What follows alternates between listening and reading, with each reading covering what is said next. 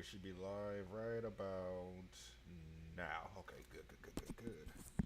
Perfecto. Oh goodness. Where's settings? Where's my settings? Oh no, I said set. Oh, okay. I guess multiplayer first, and then it'll be settings. Oh, okay. Well, like the last time I played BO2 was a on my. I don't want to draw that unlimited sync frames. No, it was on a 1080p monitor. Now that I'm on not a 1080p monitor, Uh huh. everything's a little bit different now. I feel you on that.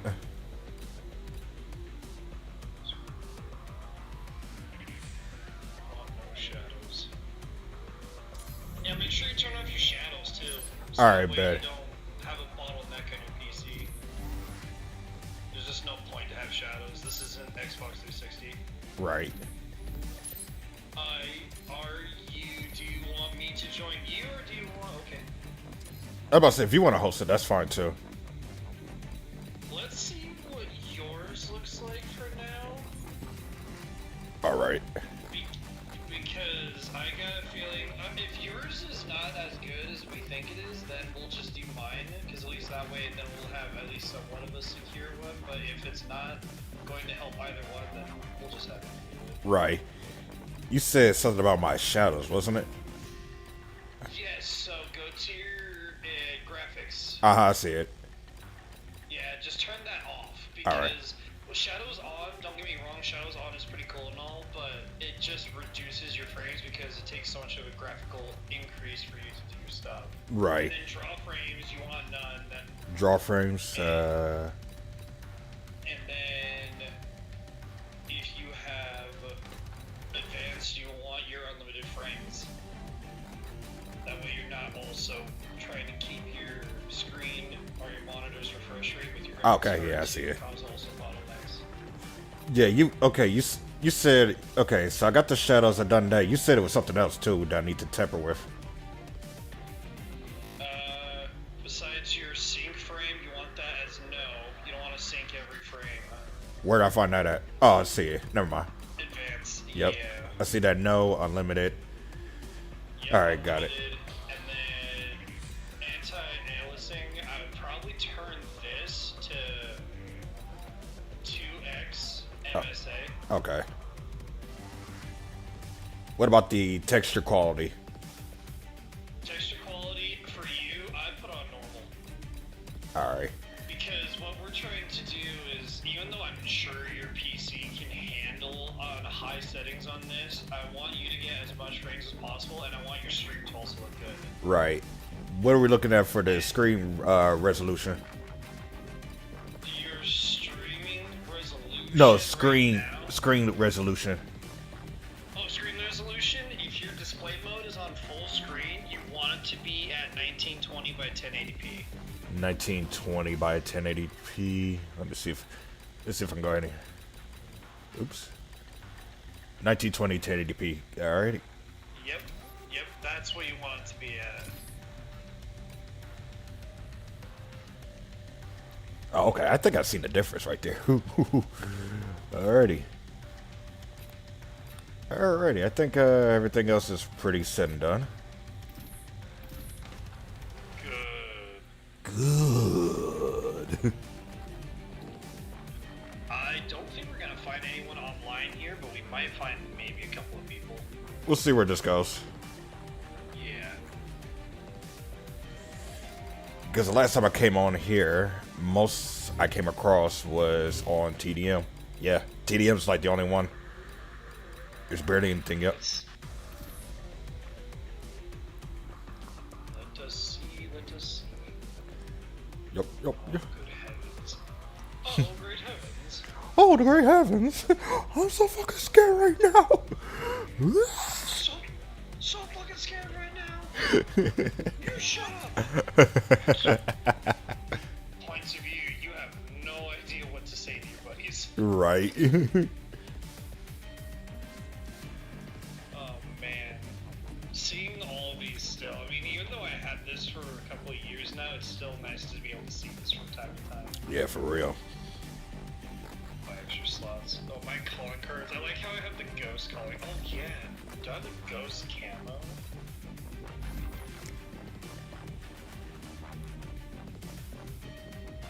I have the ghost camo. I got it too. That's funny. Do you have the ghost camo? Mm-hmm. I got the I pretty much bought the Ultimate Edition for this game. Hell yeah.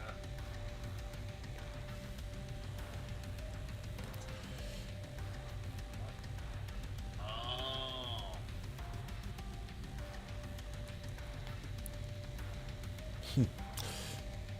It says trying to join 39 potential matches. 39 that's a little suspicious. There's only 112 people online. Right. Oh god, the COD TV. Bro, the memories with that shit. Hold on. Do they have... Okay, there's zombies, there's community, friends feed, my channel, Treyarch. Oh man, I can't remember, but there was videos where it would show you like what class was what. Like you'd have some that would. I remember there was a PDW, and you put on millimeter scanner, and one of the things was this is how you can be a great submachine gun runner, and it would just tell you or give you like a little tiny like 2-minute, 3-minute guide. I think I remember what that was, but it's been a long time ago. Well, we can look at some of the trailer packs. The graphics on this looks a lot better on PC than it did on console. Yeah. Although console was good during this time, though. Oh yeah, absolutely. No, what still makes me laugh to this day is that every single time that I look at these camos from BO2, it just reminded me when BO2 was popping off really big, and they had the voting system where it was, I remember Paladin was one of them, Bacon was another, and it went up against England or the UK one, and it went up against, there was another camo, I think it was Muddies, and then every few months when they had camos come out, you did votes. And if you had the votes, then it was alright, here's these votes, let's make it to where now these can be sold. And then when it got towards the end of it, then they just released all the camos for $2. But Weaponized 115, Afterlife, and I think another one was Save for Last. And then that's when they had the ghost thing. Oh, was it a cybernetic or cyborg or something like that? Cyborg was another one of the competitor ones. Yeah, Cyber was one of my favorite designs, bro. Sick. They're like, it's animated. Like, yeah, it's animated, but it's alright. Yeah. Hey, I liked it. sure. I like the what's that? Weaponized, Afterlife, and Cyborg. Yeah, those are my big three in terms of camos. Cool graffiti's on here. Party rock. Oh yeah, Pack-a-Punch. That was it. Pack-a-Punch. Oh yeah, I forgot about that. 5. Hey, so I got somebody that's talking about so they can give me max level, max camos. I would not do that because I have max level in my Black Ops 1. Now I can't get onto multiplayer because of the mods on there. I would be very, very cautious of that. I'm not saying that the person can or cannot do that, but the game, how old it is, and because of how the system is on here that's not exactly the greatest, having something like that is a very big 50-50 dice roll. Yeah, true. I mean, yeah, you can get all diamond weapons, max level, have all the unlocks, but every time you go into multiplayer and it catches you using that account, it's a very high risk, high reward thing. That is also up to you. Right. I think we should just go up against bots. I'm about to say maybe you can host it and see if they'll do anything. Sure, yeah. press F9 to reset. I'm gonna laugh really hard if that's the case. Is that if we can find a match with me, like, oh, I have the worst internet, but that's. Well, no, I don't have worse right now. I just know that BO2 and my internet don't exactly get along. But this is PC. This is an Xbox. Totally different story. Right. Alright, I'm with you. Alrighty. Testing matches, joining game lobby. Oh, we ain't. Yeah, that's right. We ain't joining. Crazy.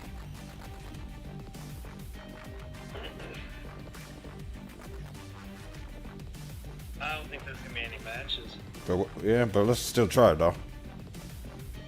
Analyzing match 2 through 11. It's gonna go all the way to 11, then it's gonna say trying to join match, then it's gonna stay there for a while. It did this on the 360 as well when there was not enough players. Hmm.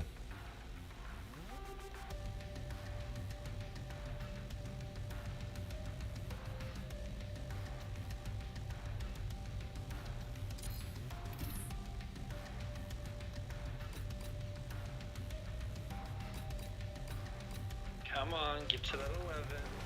Alright, now switch it over.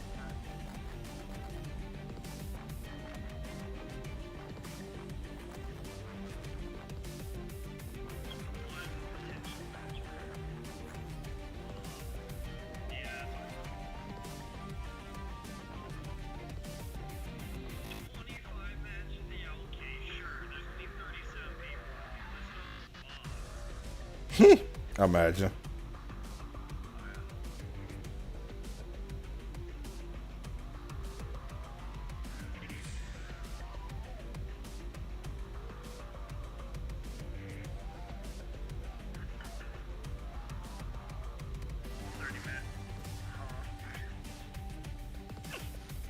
That's funny.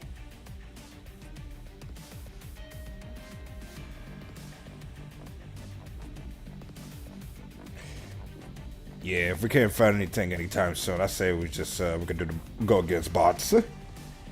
I think we should because you don't have much time. Yeah. Now I gotta remember custom bots, friendly bots. We're going up against online. Let's go hard in that. We'll go regular. You're using a controller, right? Yeah, I am. Oh yeah, I forgot I'm over the budget with the perks and stuff. Here. I don't usually do that, but let's do it this time. Let's not put on a time. So we'll put it to 100. Then standard. Touch it. Oh, custom classes. You can have up to 17. There. I am ready when you are. Alright, give me a second. I have to redo this one again.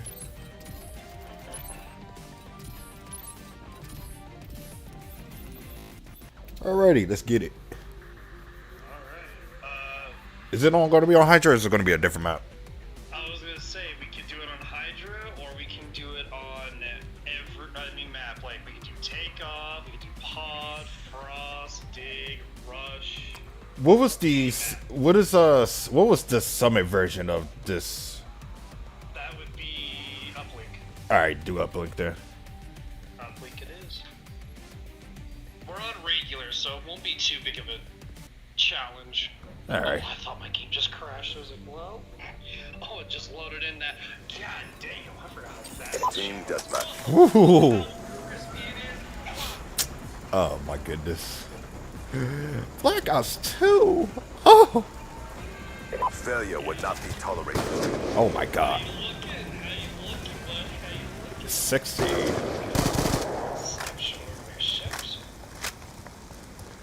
Oh, and...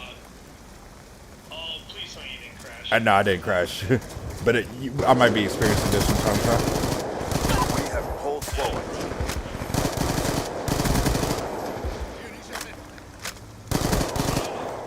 Oh my god, gunplay is so much better. Doesn't it feel so much smoother in comparison to a console? Oh yeah. UAV awaiting. Care package awaiting orders. Hunter-killer drone deployed. Friendly care package inbound. Yeah. Hostiles have destroyed your UAV. Well, damn. That was. I forgot how fast they go after UAVs on here. Lightning strike on standby. We are. Steady the way. Friendly lightning strike inbound. I think. Oh, I got somebody. Damn. Dope. I fumbled that too.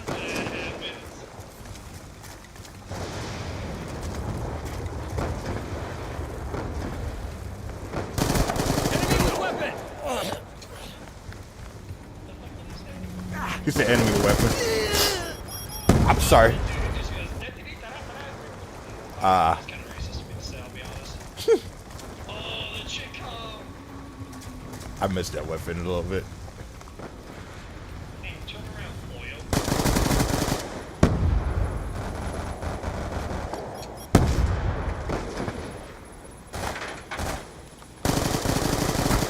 Get moving!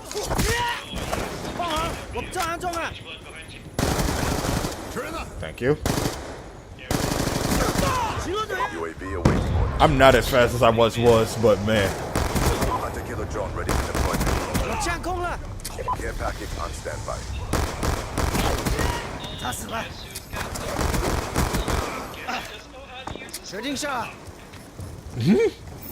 Friendly UAV inbound. Interact. Care package Using arrow keys if you're doing that. orbital VSAT online. Right. Mouse and keyboard. Got it. So 3. Gotcha. Oh, War Machine. I forgot this was a. War machine deployed. Hostiles have destroyed your UAV.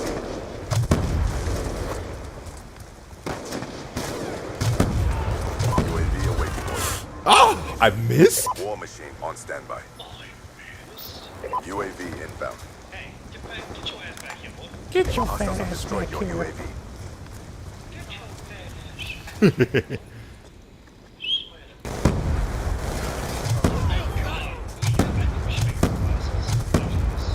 I already got my 5 already. I'm kind of liking this multiplayer stuff. I want to be here. I feel you, bro. Sniper,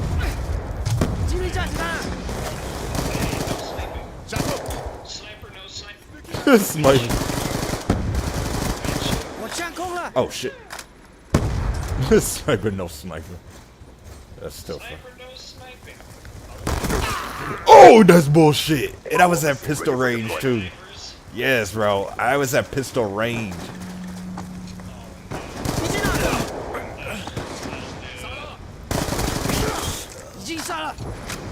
there, Fox. Show who's daddy-o. They can see me. Oh, this dude almost hit me with the crossbow ball. I forgot who said that out of my. Oh, not the Fennec knife it again, bro. The Fennec knife boss, bro. Ain't no way in hell. No. Big chopper. War machine Dude, ready these for bots play deployment. better than actual players sometimes, though. Friendly canine unit in your AO. Is that you or is that them? Hostiles have destroyed your UAV.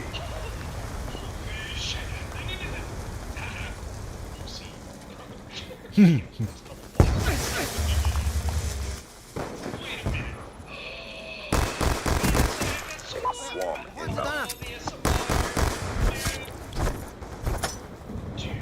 Oh, SMR, not the greatest in zombies. SMR multiplayer, I play a whole different story. oh yeah, definitely.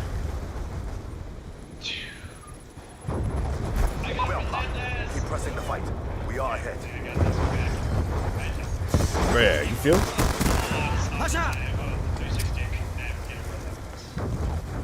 The only one I think I had a hard time trying to pull off was a nuke, but I think I pulled it off at least maybe once or twice. Yeah, this is. Damn. As expected, you Damn. have not failed us. You got more kills than me. I don't even know how, but I ain't complaining.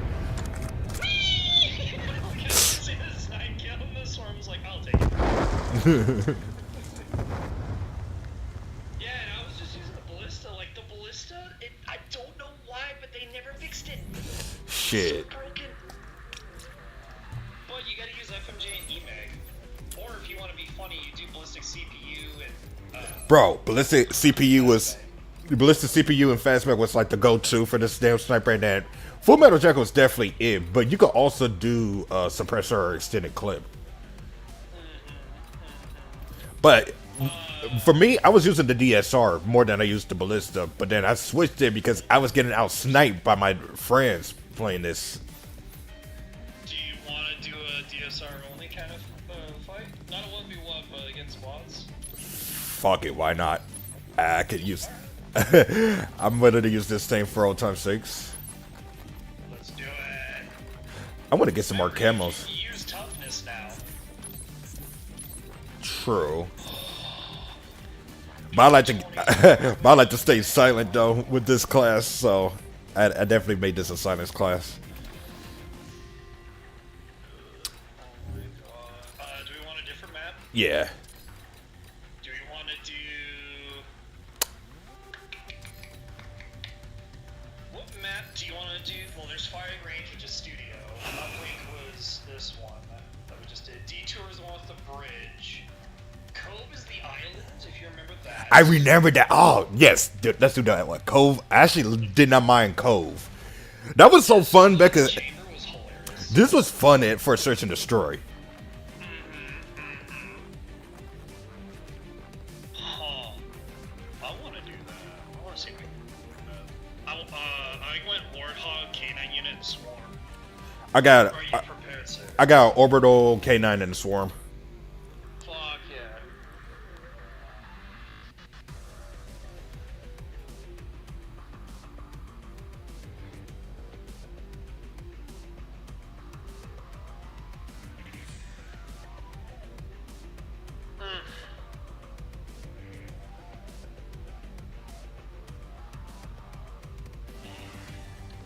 Think I am prepared, good sir.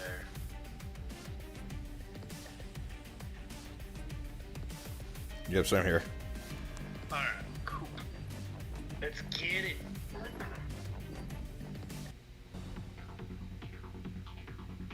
Server disconnected. Uh-oh, what happened? I'm still here. Oh no. Try joining me back once more. Ah, shoot.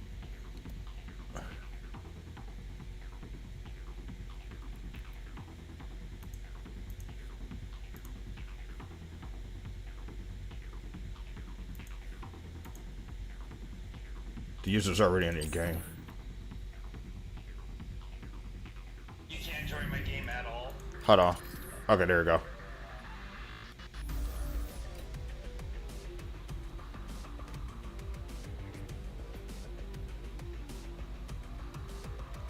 Oh, never mind. There we go. There we go. Alright. Alright, I'm good now. Alright, we're prepared. Mods, we're gonna keep on regular, and then we'll go to hard in the next match. If you still have time. Yeah, for sure. Do not kick us after this. Thank you. Damn, that was fast. Team deathmatch. You're on controller, right? Yeah, I'm on controller, but of course, I'm on PC. Okay, your field of view is at Leave 90, their right? body That'll to be raw. under your graphics settings. Yeah, it's at max. Okay, good. You don't want to sell yourself short. Oh yeah, for I missed? Nani? We've taken control. Oh man. Oh man, I can snipe. Oh, I can snipe again. Oh man, I feel like a sniper. Oh, Get those headshots. oh, that feels so good. You feeling better now? You feeling good? You feeling Oh, like bruh. it's all gonna be good now? I feel like I'm back at Call of Duty again. Call of Duty and its holiness. Right.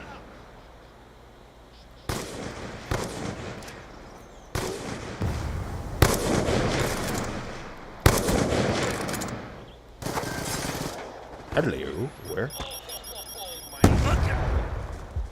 Play one in the chamber on this man was so much fun. For real. Ah, bitch. He used the XPR on me. Oh no. I was trying to shoot him. The DSR doesn't shoot that fast. Yeah, it is like a truck though.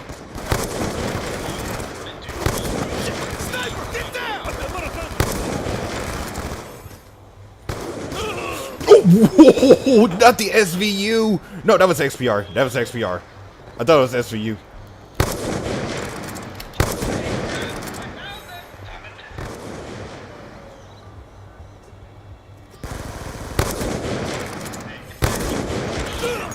Damn.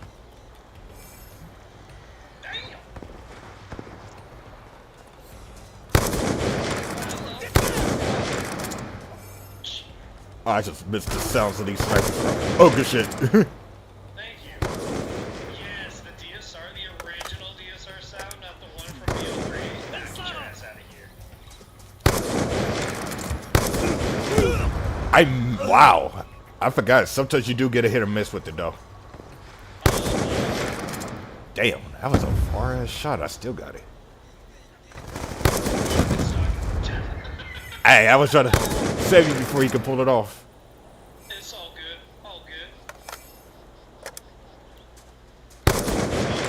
Don't win. We're good. Agreed.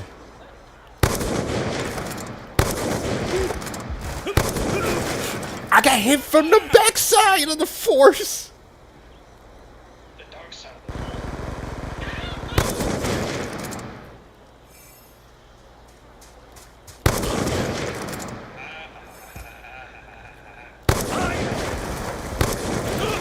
Damn, I missed that horribly. God, I remember being in the cockpit, and then she just used the LSAT just to be that jackass. Damn. I wonder if we're gonna get any of these score streaks that we got. I'm trying. Me too. I'm having to pull out my pistol second. Damn. Secondary. Okay, look, I do with an LSAT. Why'd I have to finish? Somebody was gonna be right there. I have a feeling that someone's gonna be right up there.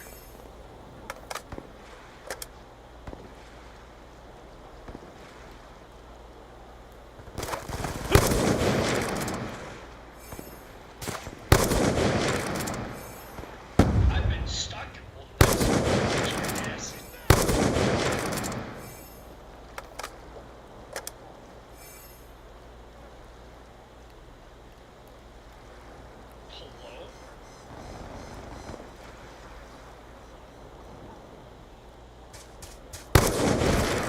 Hello?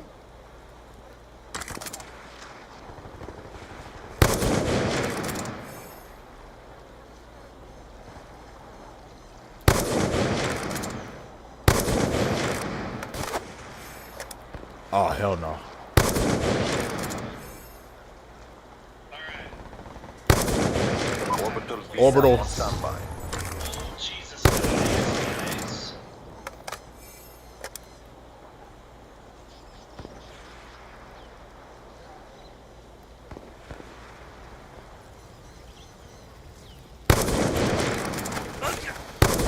Pressing the fight. We're ahead. No! Come on! I was almost at K9. I was halfway to K9. I was trying to get to my warthog. What's up, Derek?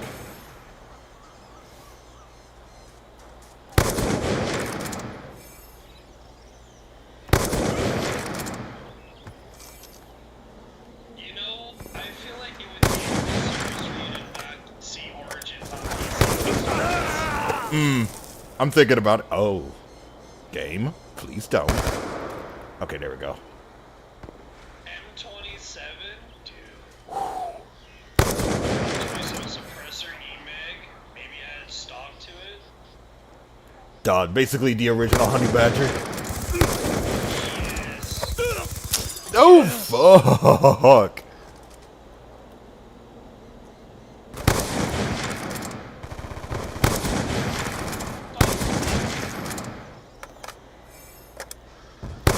Let's go. Nice. There you go, baby. Your will has given you strength. Nice. Get those headshots.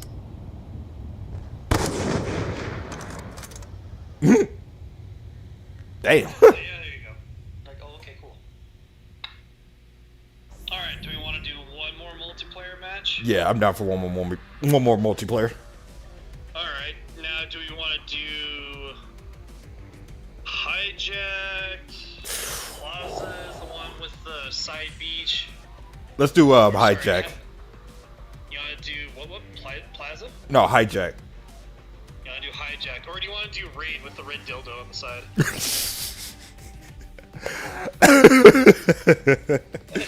We could do raid. We could do raid. We could do raid. Alright. It just for nostalgic reasons. Yes, let's do Raid, and I think we just go all in with, don't use just snipers, but just go all in. I'm Alright. gonna bring in a Peacekeeper. I'm thinking about either doing the AN-94 or the Remington. Oh, dude, AN-94. We do AN-94, and I think, I know what I'm gonna run. It's probably gonna be Fast Mag and Stock. Fast mag and stuff. And then Fast Mag and Stock, and then do Primary Gunfighter, and then I would add either Reflex Sight or Quick Draw, depending on how you want your reflexes, but this thing, I don't feel like it really needs Quick Draw, because if you just use Fast Hands, it also helps with it, just a touch. It happens so good. Well, for me, I got fast mag and quick draw, but for my third piece, I got foregrip because iron sight for this gun is actually pretty peak. Oh yeah, it's phenomenal.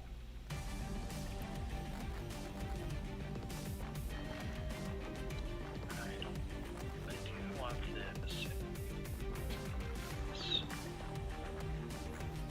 I am set for I'm gonna get this. I'm gonna show this video to Matt, so that way he can see what we've been cooking.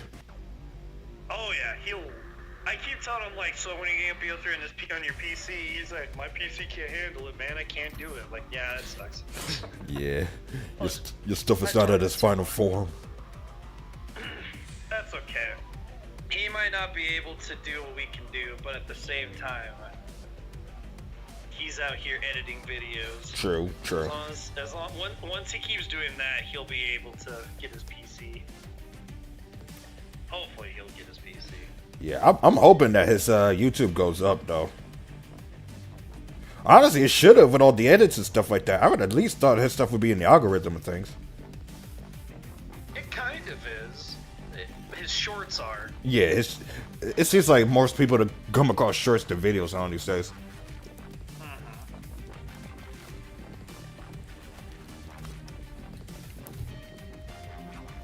Alrighty, I am prepared. All right, I'm good too on my end. Let's see if the game crashes once more. I hope not. So far, it's been 2 for 3, basically. Yep, and there it is. Did it crash? Yep, server disconnected. Fuck, bro. Here, I'll bite you once more. I wonder if it's on a time limit. It shouldn't, because he keeps saying that. I mean your stuff somehow. Yeah, it says server disconnected. Like, I'm wondering if it's because it's so... the servers are not exactly connecting, that unless you go into a match immediately afterwards, I don't know if that's a thing or not. I don't know. Yeah, hold on. Let me see. Yeah, here I am. Alright. Does it save? It did not. Good thing I know where to go. Set up game, rules, custom classes, put it to 17. Put it to 100. Limit. Alright. I'm prepared. Same. Let's go once more. That's a huge ass dildo. I can't believe we just got killed by a huge ass dildo. That's a Team deathmatch. Yeah.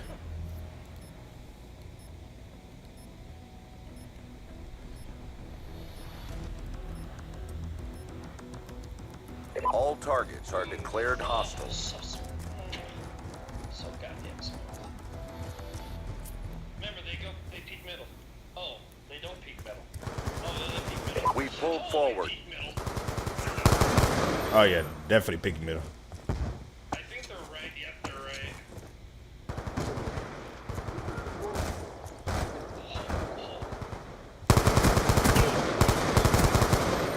Kitty cat. Huh? Where are you going? Who are you trying to panic knife me?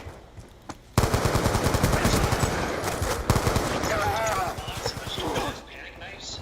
Yeah, I mean he missed, but he did try to panic knife. Fuck you. Good shit. One more down.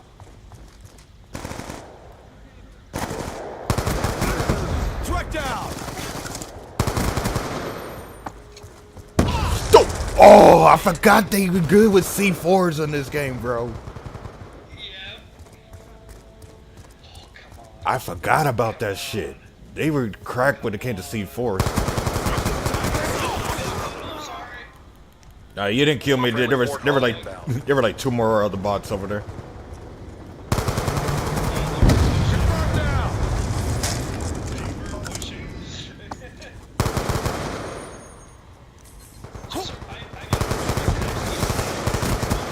Kill confirmed. Friendly K9 unit in your AO. One Hey. more down. Friendly swarm inbound. Shooter hit. Excuse me.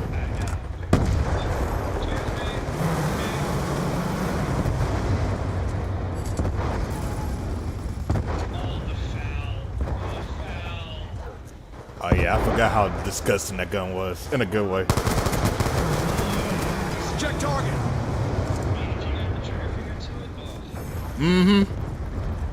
And I had a nice, decent trigger figure with the back there.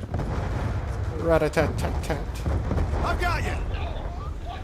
Oh no! You trying to panic knife me again, you bastard? Shot is good. Oh no! I'm out.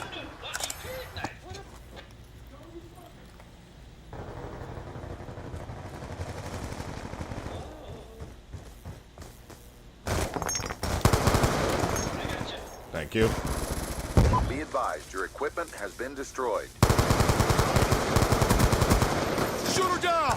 Oh, hello, John. Orbital VSAT on standby. Hello, Friendly orbital Governor. VSAT online.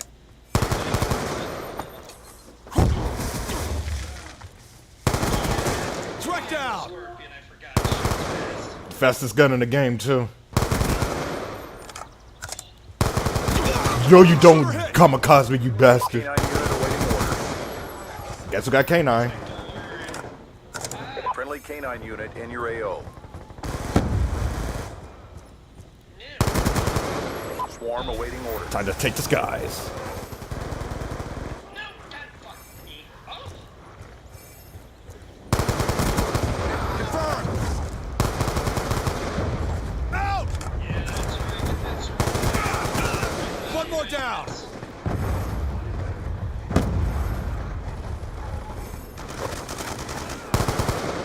I'm out. Oh, that feels so good. Good job, squad. Stand by for further orders. How much time do you have left? It's 1:14. I got enough to do like, I don't know, either more multiplayer or zombies. Either or works. I think we should go into Origins. I'm down. Alright, let's go into Origins.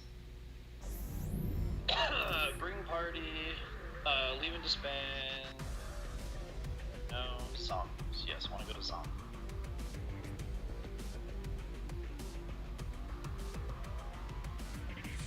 Now to hear the theme song to it, oh, Nostalgia, bitches. it kicks in hella hard. Indeed.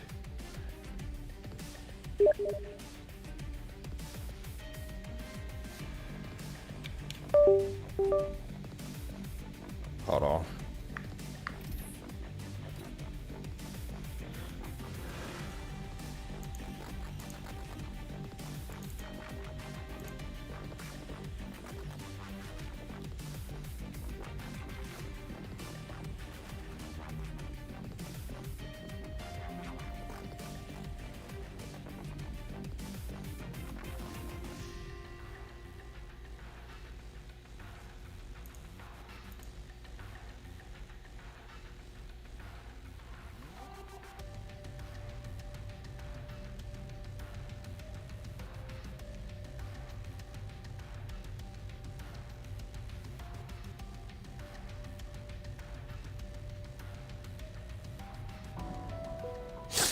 Oh!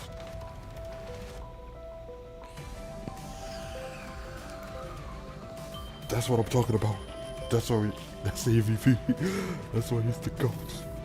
The GOAT. He's the GOAT! The GOAT! Alright. Uh-oh. Oh my god. I wanna test something. Alright. Oh no. Well, What? there's 30 people in transit, and there's 9 on Origins. Oh, wait, that's because 15 of them are in survival. I want to see if we can find 2 people. I'm just curious. This is me just being curious. Okay, I didn't. Oh. Well! Schlumpy.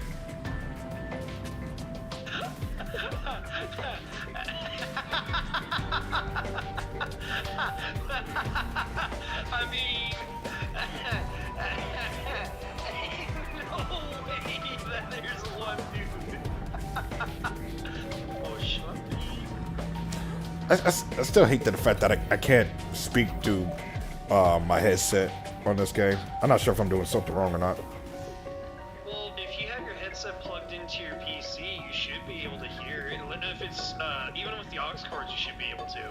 I can hear. That's not the problem. It's just, I just can't speak to people on here. Because you need to have a headset and microphone jack splitter. Oh, wow. Okay. Yeah, yeah. Okay, that makes perfect Looks like we're sense. playing with Schlumpy. Huh? I said, okay, that makes perfect sense. Yeah, you need to get a splitter. It's one aux cord that splits into a headset for hearing, and then another one for your microphone. Gotcha. And now it's like, they should be like $5, if that. And then you just plug it in, there you go, then you can use your headset. Hello, Transit! Oh!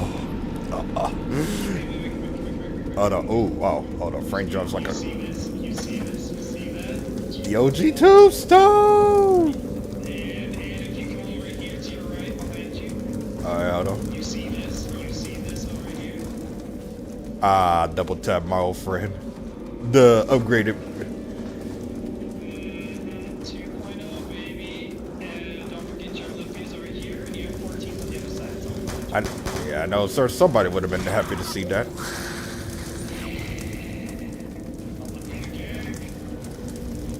Yep. Dragon's Breath when it's upgraded.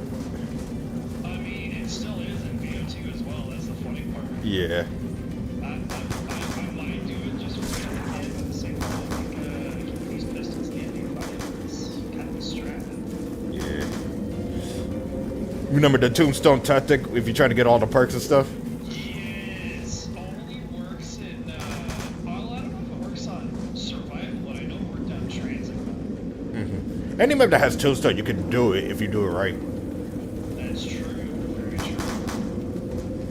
Like, you definitely want to do them with somebody saving, like, the last zombie.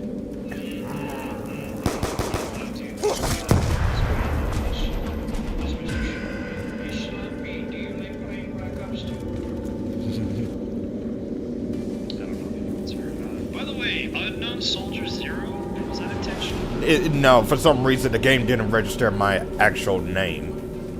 Okay. This is supposed to be just Fox, but for some reason... I believe it's in your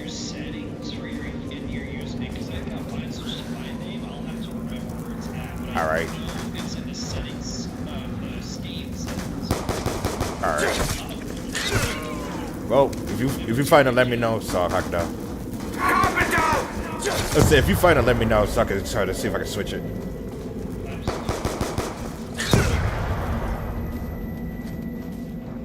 God, I almost wanted to cry. Right? Because the nostalgia's kicking in. Now Yeah. you have a PC, welcome to my world. All right, yo. Nothing much. Just enjoying the peak nostalgia that is COD, the Black Ops of 2s.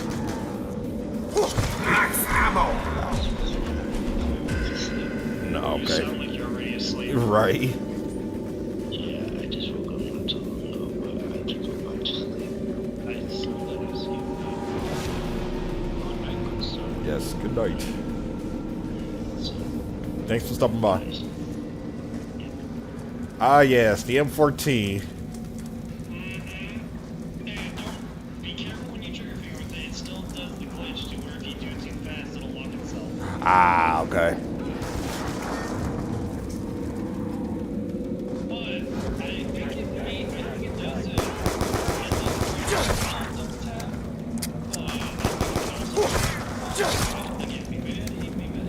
Yeah, for sure. Ooh. Double points! Yeah, thanks.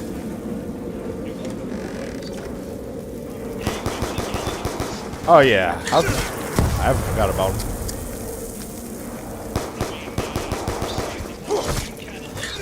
Oh shit. Well, How's it going? well, I had better days. Not too bad. That's good. Insta-kill!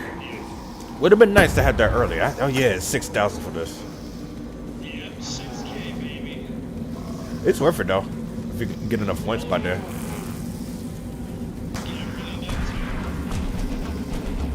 All right, I'm just gonna get one gun for the box from now. Do it. Do what you need to do. Let's see what's there. 500 grades on it. Holy shit.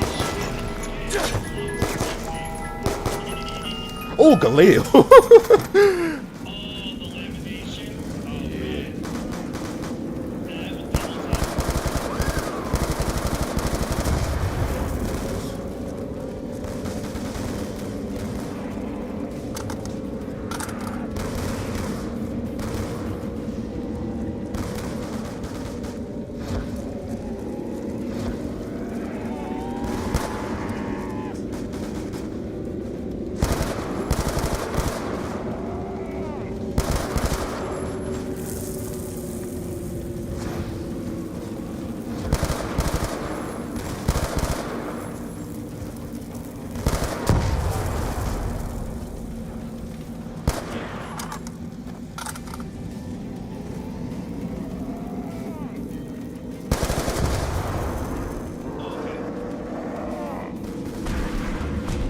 I forgot how the skull breaking system works on here. I think it's what, based off of rounds and the amount of downs you have. yeah, so what you do is if you go from rare for bare bones and you survive rounds, then you get to skull. Then when you get to skull, you have to do every single day. You have to get to high rounds or survive without going down a certain amount of times. I think it's like 1 or 2 downs. You tend to get 2 rounds, and then you do it every day to get really nice. Then when you do melees only, they get those skulls with the melee. Ah, Do that without downing. When you do the melee, you do that every day. They get really good with melee. You get the ultimate one. You do high rounds with the combination of melee and other weapons. Entirely mistaken. And you do that every single day, and then you get ultimate. you got him.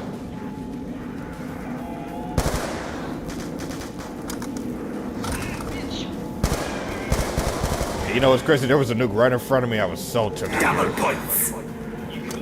I didn't know if he was be able to get him or not.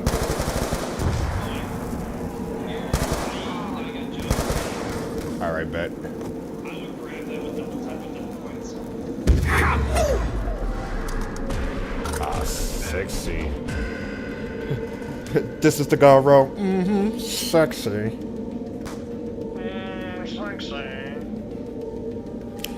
Shoot. Do buried yet? No, we haven't done buried yet. We were trying to see if we could do origins, but then I was surprised that people were on here. Well, to be fair, like this is the most likely bare bone map that everybody has, so everybody's gonna. So it's always gonna be somebody playing this map in particular. Well, and what's hilarious is that you compare this to Race, which is fine because the bare bones says you can play.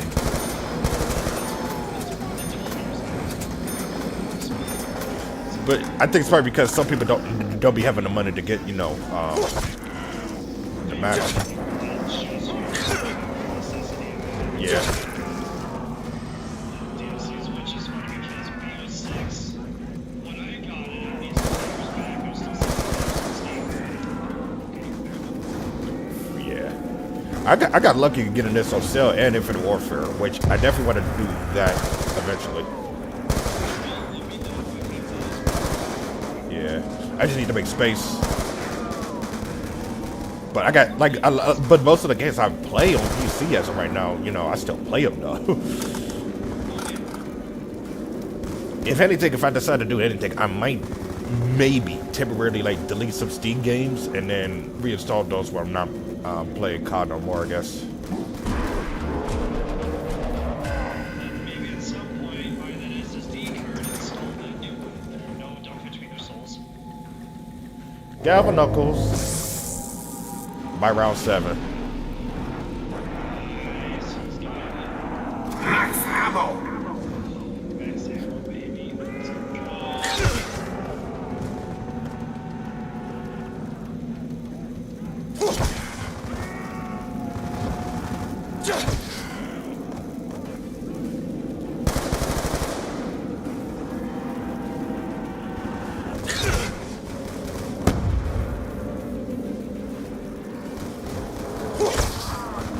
I like the fact that you can actually push the zombies ahead of time and not still get hit. Because it seems like the newer CODs, you can try to pull that off and you somehow still get hit. Like, what the hell?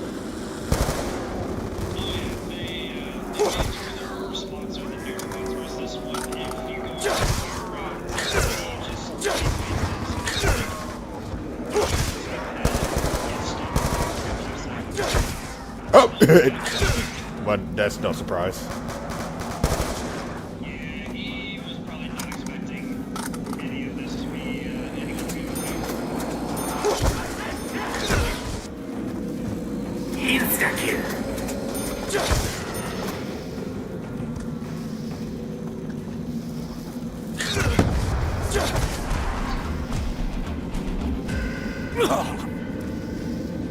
Alright, I'm about to go give me some jug.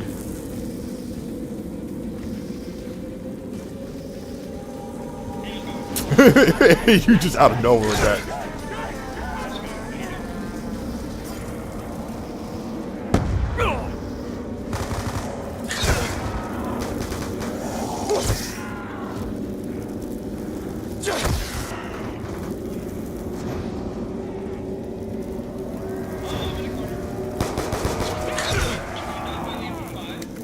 Ah shit, hang on. I'm gonna try to get to you.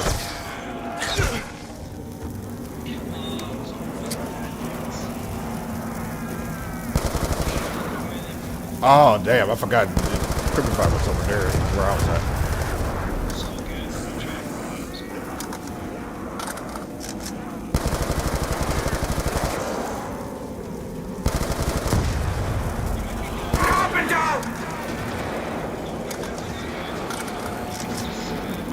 Yeah, sorry about that.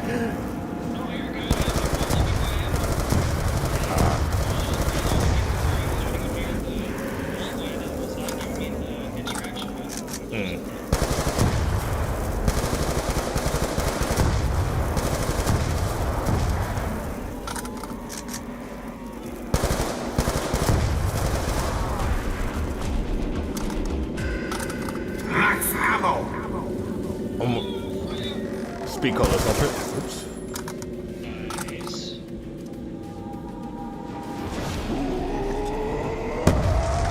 It would be my double tap, click to send skulls. Alright.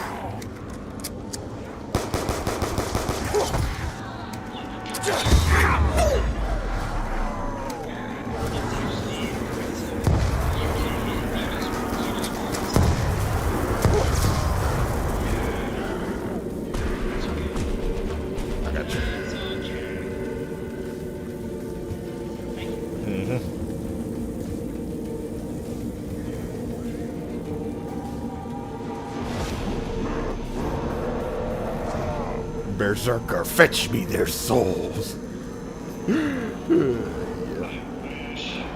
I'm surprised the dogs haven't came through. Ah, that's right, that's true.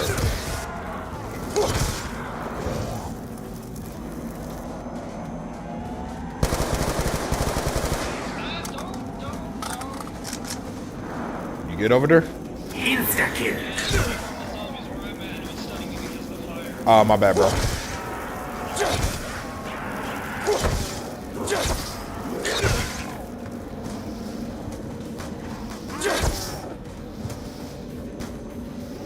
I remember this is like one of the few Call of Duty games where I was not pack-a-punch until like the later rounds.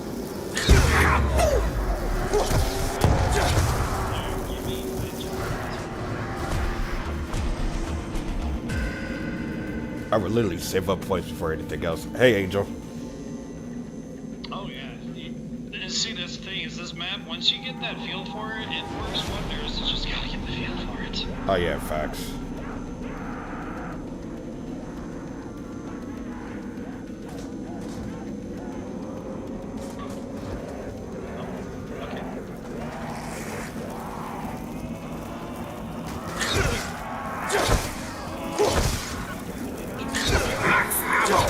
Oh, that came nice.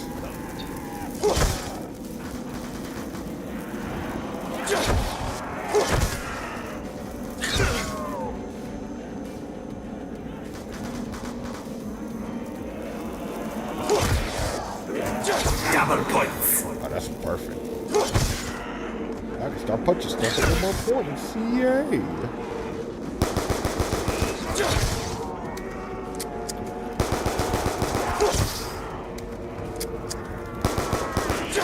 Max ammo.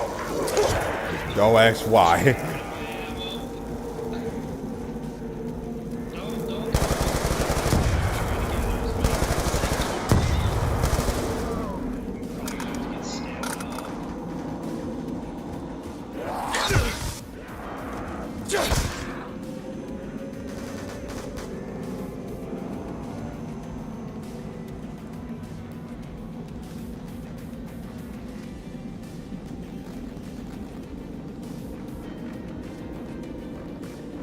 It's still playing the multiplayer music for me. Oh, is it? Yeah, I don't know why though.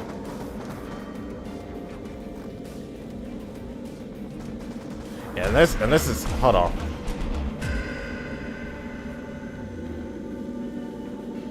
Oh, that's why.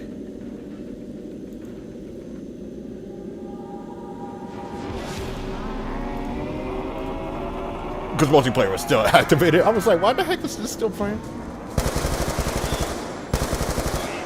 Multiplayer was active in the background. Yeah. Alright, got me some quick revive.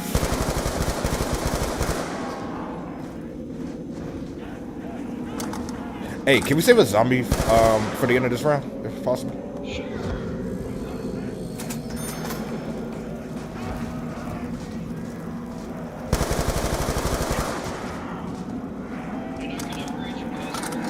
Nah.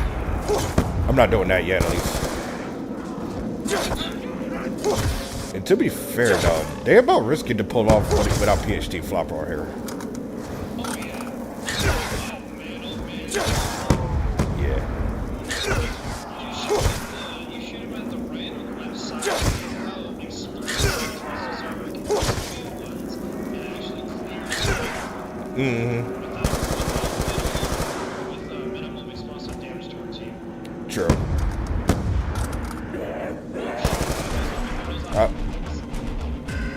Oh well. Next round. Yep. I'm going to get... Alright, this round.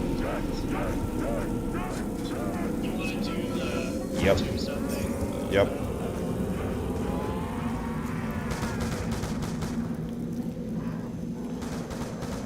You're the one person who found out where the music is coming from.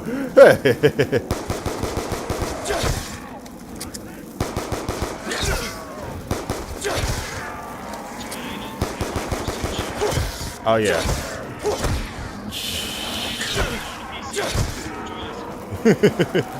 I'm pretty sure she would enjoy the Golden Age experience for us COD players back when Modern Warfare 2 and Black Ops 2 was the supreme multiplayer experience.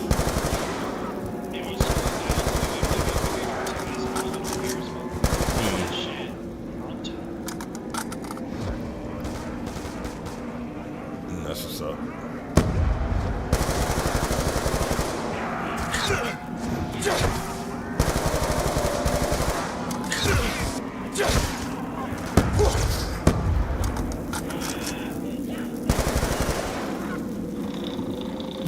Bro, what the hell?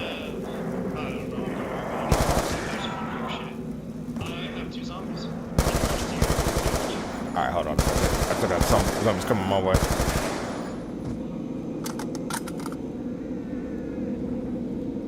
Alright, that should be it. And yeah, I'm right next to, wait. Oh yeah, double tap is over there. Yeah, that should be fine. Oops. Uh-huh.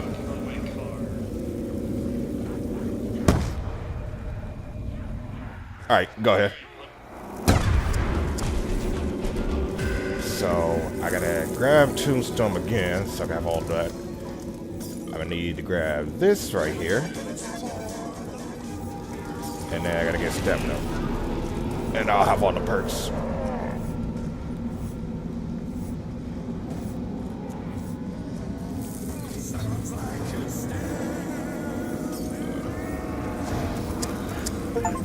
And green one acquire your Tombstone.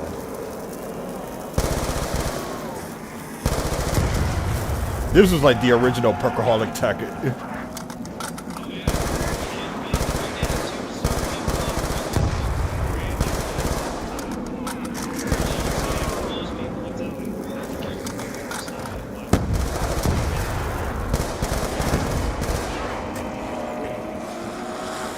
Ooh, okay, careful, careful. I'm actually getting low on ammo right now. Yeah. Didn't have time. I gotta get into my perks. Oh yeah, round 14. Galvanokus becomes a 2-hit. Yeah, sir. Round 13 was 1 hit, and then 14 on, it's 2, and it becomes a 3-hit in the third. That's the kill. Double points.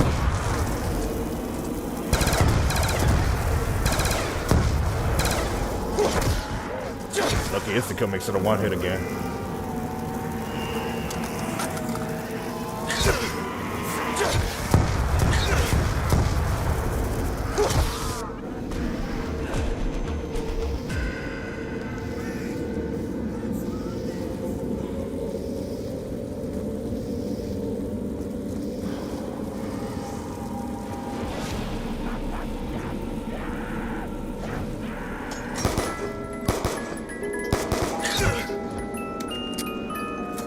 The MA81. Decent burst gun.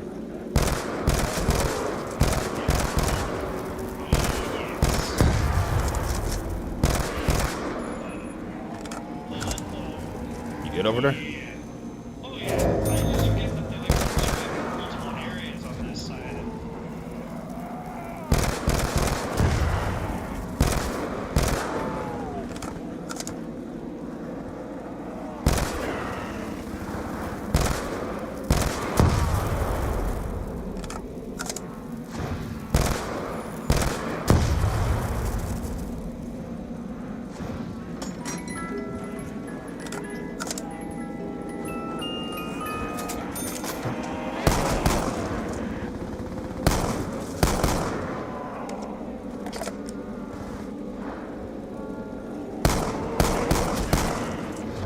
Double points.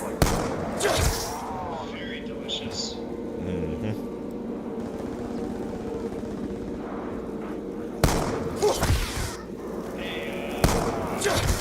What's up? Go for it. Max ammo. Yeah, now we gotta go back to the max ammo strat. Right. Kinda glad that we're doing that though. Yeah, beforehand you just grab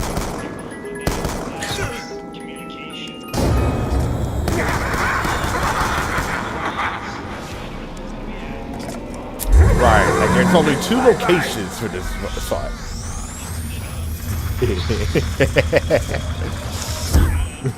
People be like, Two locations. It wouldn't be at the bar, would it? Like, that'd be just weird if they just put a box in the bar. Like, they wouldn't do that.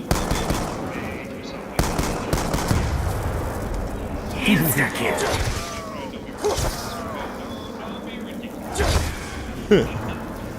people when they people when they play with noobs.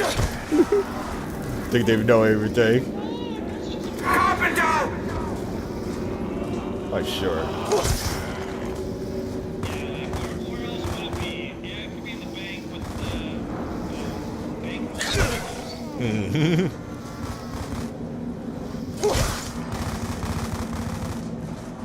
You know, I should really ballistic knives. I think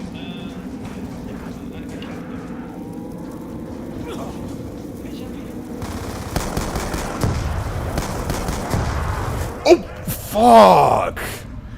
about that ballistic knife idea. Do you want me to not get you? Nah. Just survive if you care. Okay. Yeah, I took too much. I took too much explosive damage. So do you want to bleed out, or do you want me to pick you up? I'm gonna bleed out. Okay.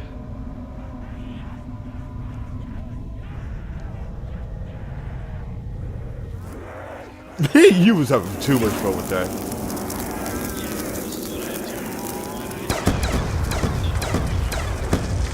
I feel it. Alright, I'm gonna grab 2 still real quick and grab that. Max ammo! Don't worry, I'm watching you. I have questions.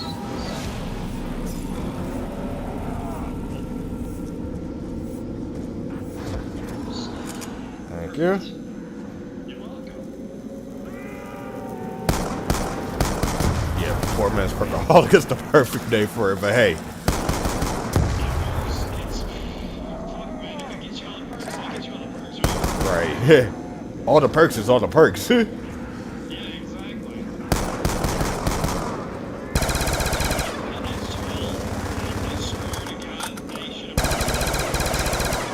They kind of should have. It's like, I love the look of how it's an AK. It's not an AK, it's a danger AK. Danger AK. Yeah, AK's pretty dangerous as is. It's just Right. It's really good. It's a decent back punch, to say the least. I got a nuke right next to me.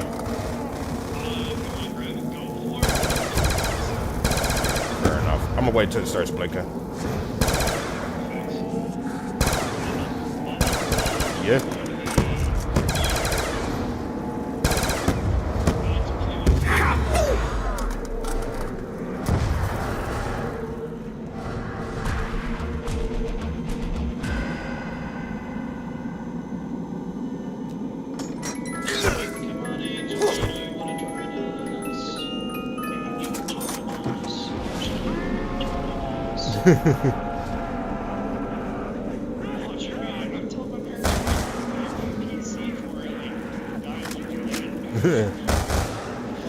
Insta kill. Insta-kill!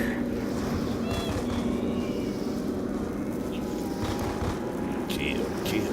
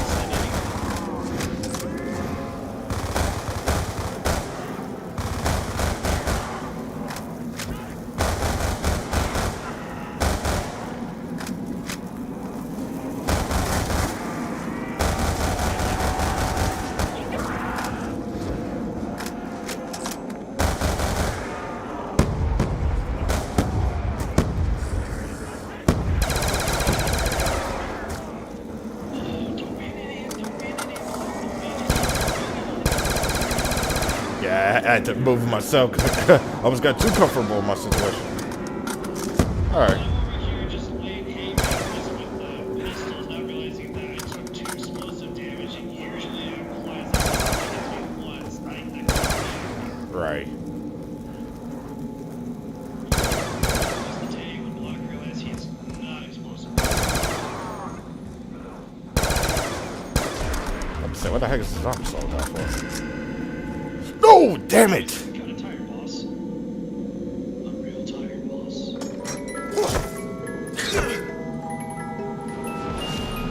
Ah, 5.7s. I missed these pistols. I was so cracked with these in multiplayer. MTAR. All reliable.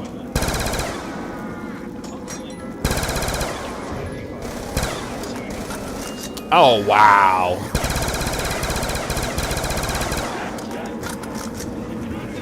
Yeah, I'm gonna get monkeys. Got monkeys. It does not elaborate after getting them.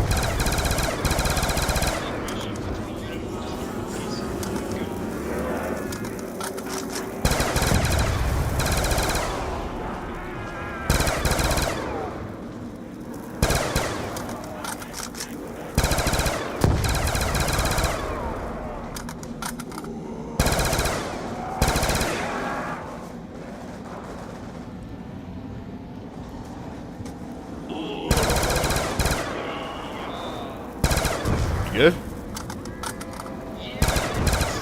This corner.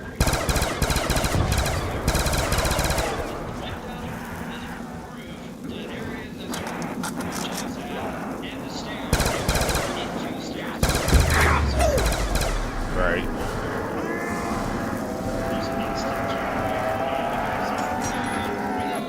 Go for it. Go for it. Max ammo.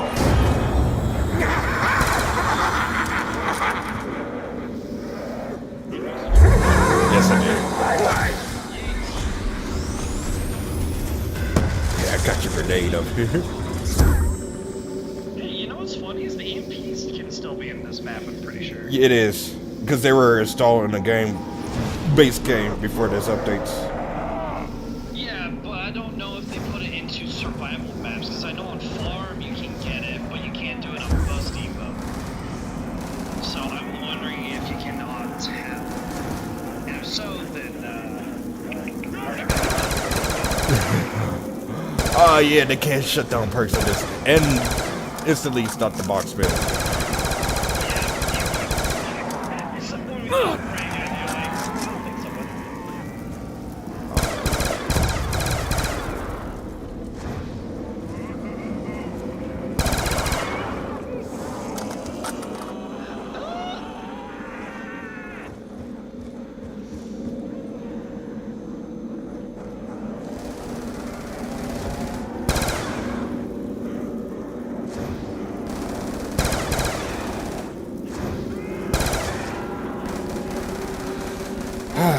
This strat was such a thing for me. I would just circle around the entire bar, and this gets crazy. I was like use the middle of the street to make a rotation.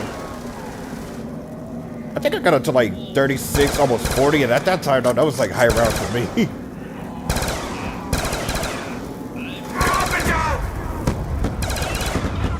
Shit.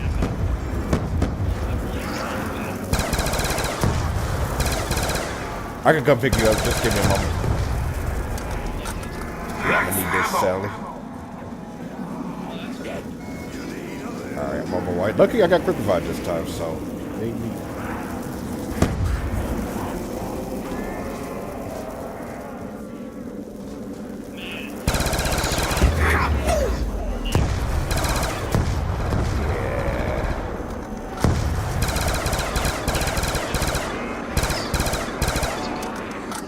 I kind of forgot how fast quick revive was in this game.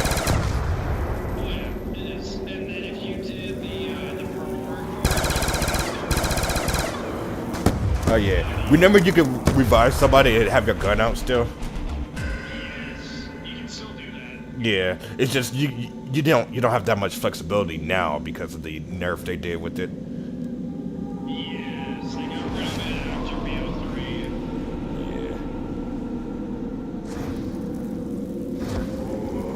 Yeah, because it's like you have to hold square or X depending on if you're on Xbox or PlayStation, and then you press Y or triangle And if you do it right, you can have your gun out while reviving somebody. I was like, ah, man, I miss the strategy so much.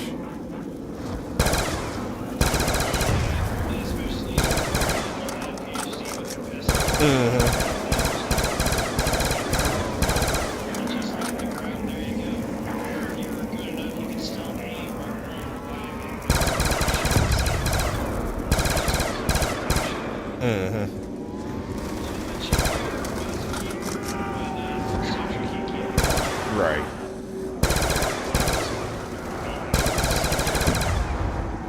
You know, it's funny though. I'm playing on a PS5 controller on my laptop, and yeah, I'm playing it just like I would play on Xbox 360 controller, which is nostalgically good in my case because I'm quite familiar with the playstyle, and it still play games similar to that.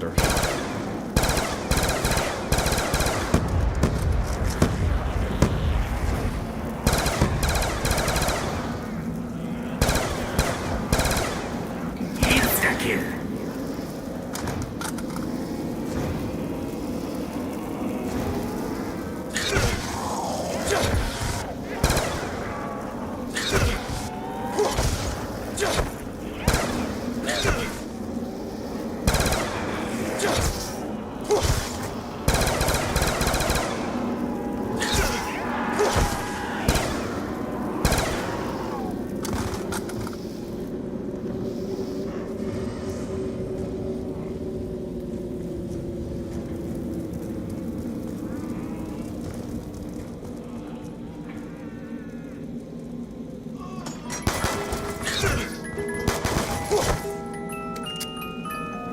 I got this gun again. That's it.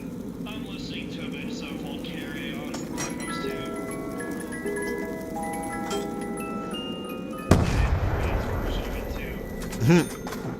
I got the ballistic dice. How funny. There you go. Wow, this they literally giving me this M8.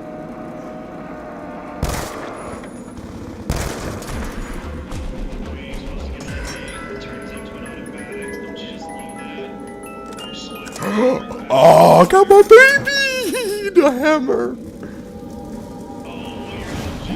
Yes. I love this weapon, bro. This is my go-to. I know the LSS the superior LMG in this game, but I love this weapon particularly.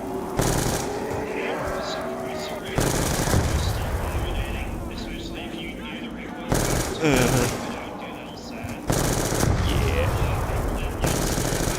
Right. And then everybody loved the Target Fighter, because Target Fighter sight was dope. I will give them that.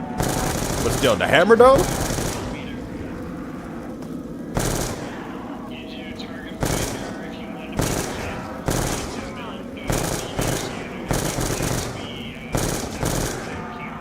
Oh man, bro.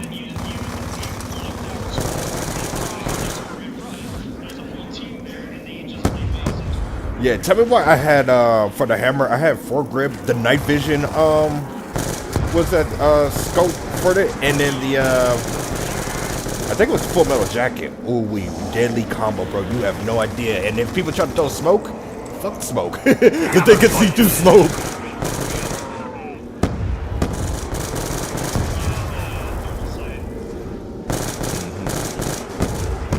And it's crazy though too, because this gun it's already got like fast fire rate. If you do rapid fire, it can put in work, but Full Metal Jacket I think had more benefits to it, especially if you try to shoot the walls. Hey, there's a max ammo right next to me. I don't know if you're reloaded or not. All right, give me a second. I gotta make a circle around real quick. Max ammo.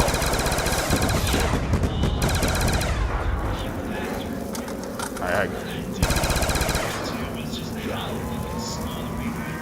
Yeah, hang on. Up and down. I got you. Yep. I got you. Yep. Oh, you doing the MP5 strat?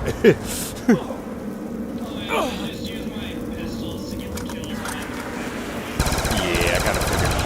I remember that was a go-to strategy for people that like to use points and basically use the basic stuff.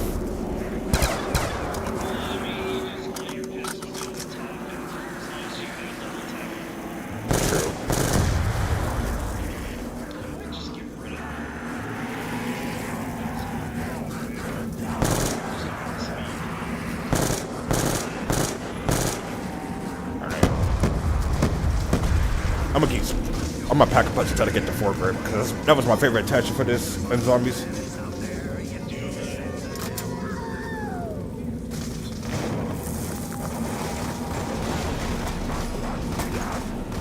I got the scope.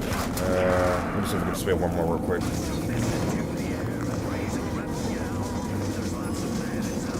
I got foregrip. Let's get it. Nice.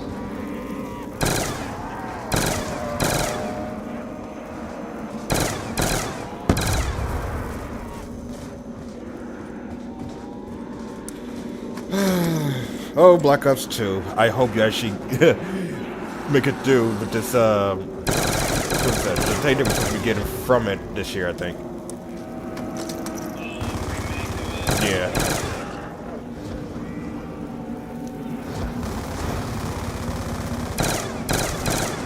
Double points.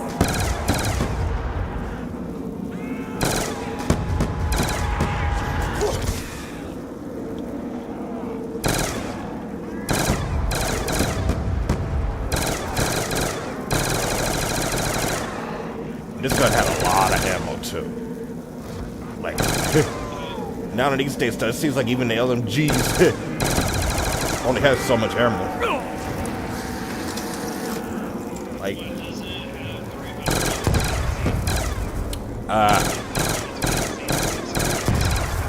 yeah, I believe so. No, it was. I think it was 125 originally. No, never mind. It was 75. It was 75, but 125 pack. Yeah, you was right. Yeah, 125 when it's packed in the magazine, but in the yeah, not. But it had like, yeah, but Insta kill. go ahead. Max ammo. Yep, 625 fully packed though. Yeah, so you had about like roughly 800, almost 900 bullets in total.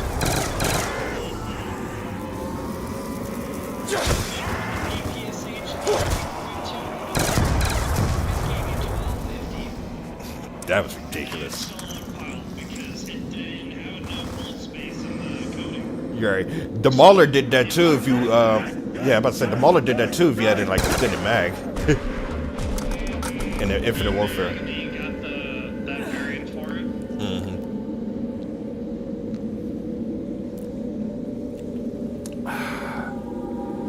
Drinking Mountain Dew while playing Call of Duty, you know you live in the old days of this game. All you need is Doritos and Ah, man. the game for days. Carpenter. Dog, like,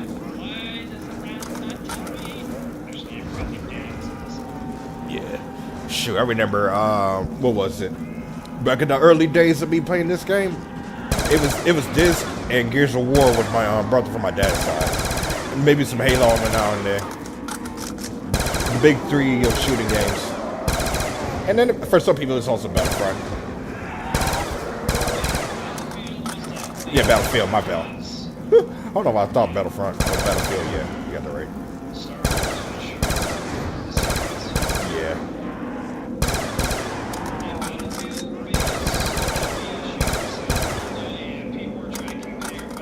Insta kill.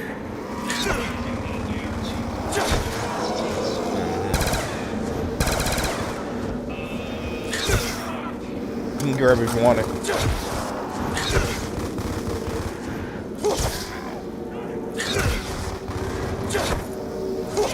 You know what's crazy though? I actually wanted to play this with my brother, but that scenario happened, so I could never had a chance of nostalgia with him. I mean, I didn't have the chance to play this nostalgia, you know, with him for that time. But I wanted to do this at one point. Never say never. True. I would have to get my own place or a place with a roommate, and if he doesn't mind company, or she, or whoever, and I'll probably have him over to play this one of these days for nostalgia.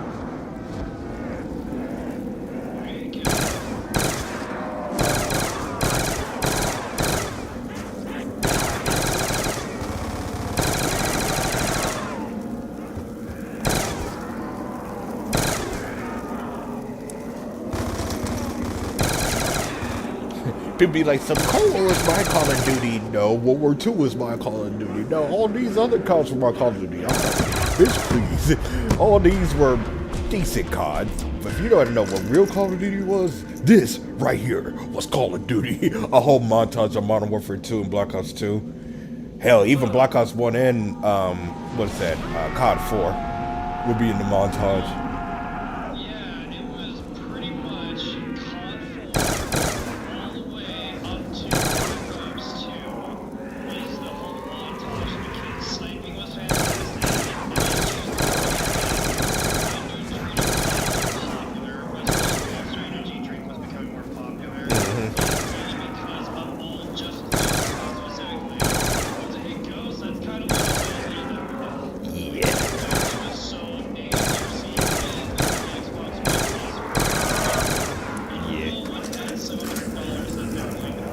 One. Yeah, and I didn't get mine until much later. I think by the time I got mine, I was more interested in Fortnite at that point. And that's saying something though, because Fortnite was really popular around those days.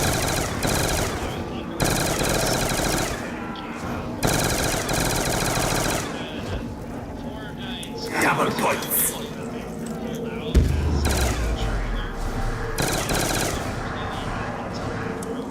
Yeah. Well, to be fair though, I was still interested in COD, let alone Ghost in Advanced Warfare. But I think at that moment though, Fortnite and Rainbow Six were like the other ones that was really picking up interest for me when PS4 came out. Insta kill. I don't regret playing those, but I kind of also wish I did have, you know, the systems at an earlier point. But didn't really do that because I didn't really have a job. No, I did have a job, but I was barely able to keep one at the time. But then I'm starting to get in jobs where, yeah, I'm lasting, but it was always a situation of who I was living with. That's why I was ended up, you know, why I couldn't get the stuff that I wanted to get until a later point.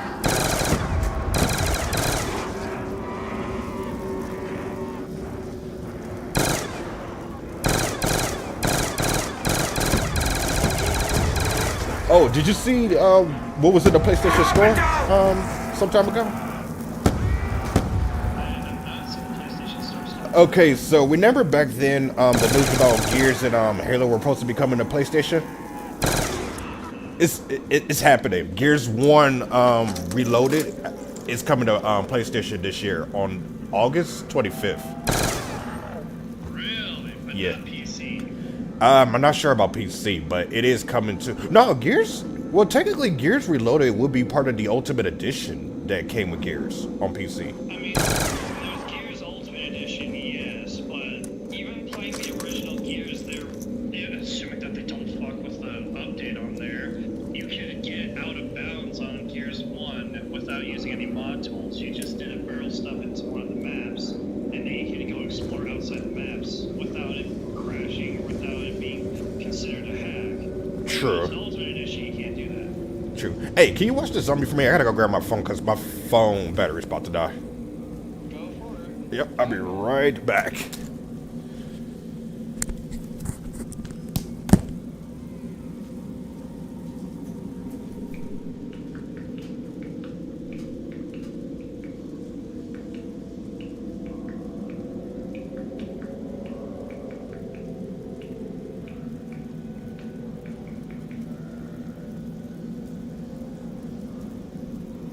Let's see if I can't make one of the zombies run.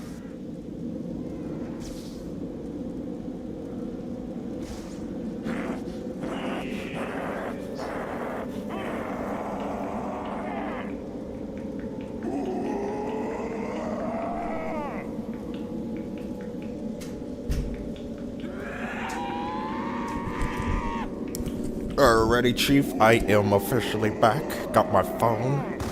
Well, got my phone charger. Alright. I'm like, this boy's on 5%. Like, can't have that. Oh, sorry, Bob. When you're 5% of the way in. Better hurry up. I'm here. I'm expecting company. Okay, Yzma.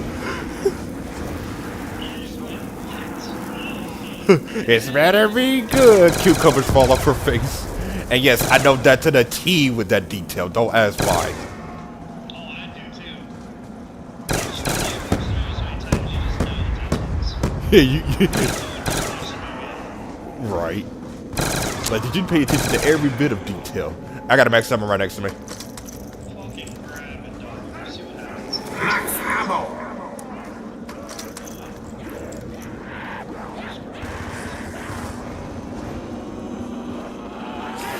Hey, so you know that little table that's like Double points. stuck to the ground next to where the jet turbine buildable is at in the bar? This was like a good training strategy if you knew how to manage the spawns of the zombies. Yeah, I see some people pull that off too, myself included. It can be risky though because if you don't like suck around the exact like radius of it, the zombies can cross over and get you.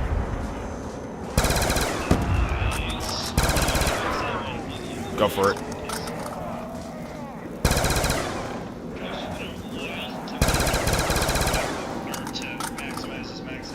Right.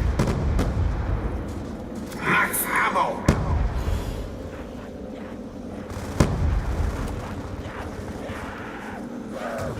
Oh yeah, I got somebody that's asking for some infinite help.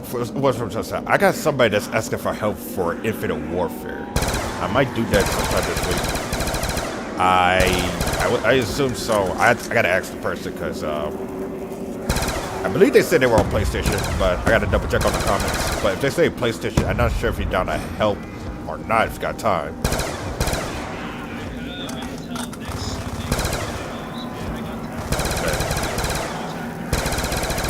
Oh yeah, that's even better.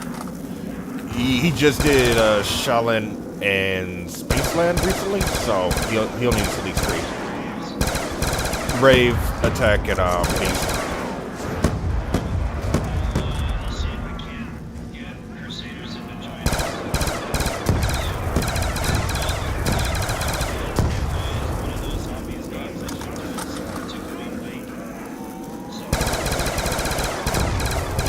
Yeah, I'm pretty sure he'll join mainly because you're in it. I'm not sure if he'll join because of me, but at least with you, I know he's going to be interested in some way.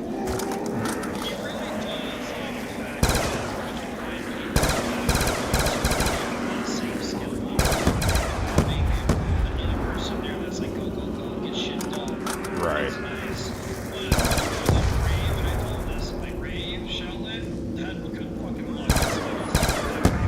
Right. You can do it yourself, but when you ask me to do it, you're wasting time. What you tell me to do is always a Spaceland or Attack.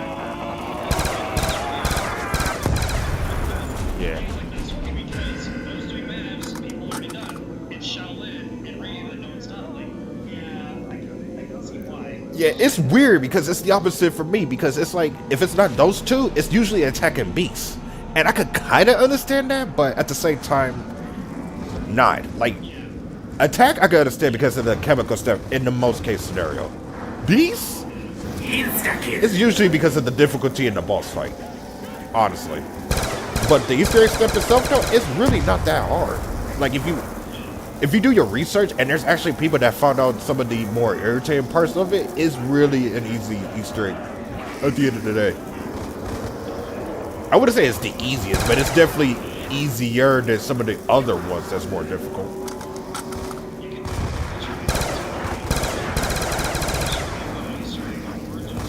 Oh my goodness. I remember those back when Crash Power was like big on Origins.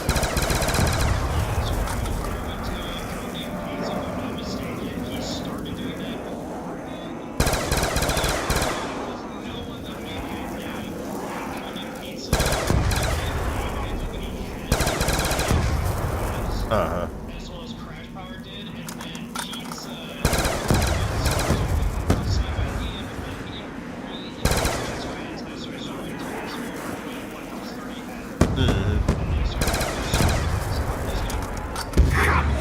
Hey, I got a Max Ammo right next to me. Alright. Max ammo. Oh, yeah. I'm on it.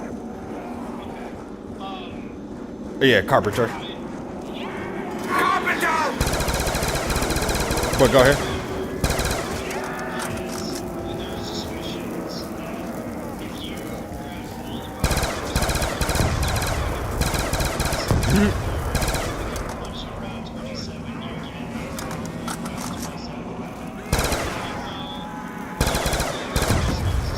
Yeah.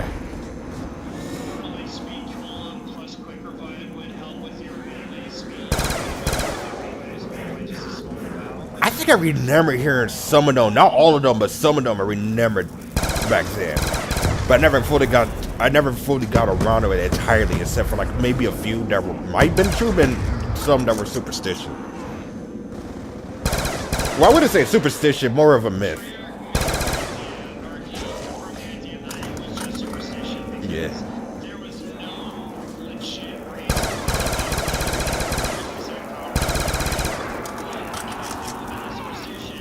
That's how we got Cold War today. Yeah, and then They made the idea of Baleful, like, it does help with certain reviving, or it can help with your remotes. And Cold War's like superstitions from BO2 and BO1 and even World at War into reality, and it'll help us. That's awesome. and then you can also got think that, because I think that's why we got mainly macchiato to even exist. Look at these superstitions and what people were saying.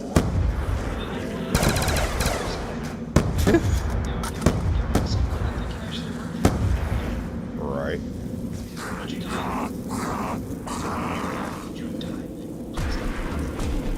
Yeah. Well, I'm trying to get out with this. What was it? Man, you know what's crazy though? Like right before I became like super big on the Easter eggs though, like back then I only did like a few. Like there were some back in like Black Ops 1 that I did before pulling off, I guess, you know, some of the solo runs. But then I like, when it came to like Black Ops 2 and stuff like that, like everybody would constantly would do Mob of the Dead, Buried, and Origins.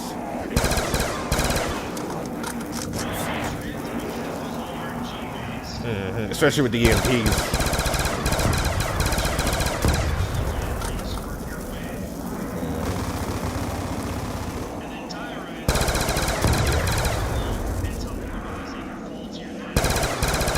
Yeah. But it had a good sense of challenge, though, in a weird way.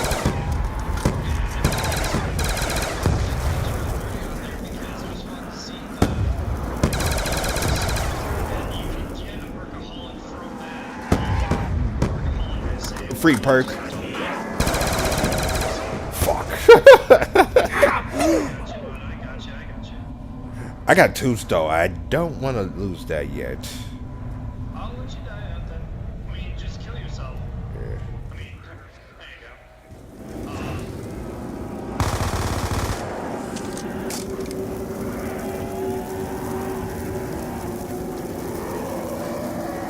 No, great. Now that I'm playing, I'm gonna die. Watch that.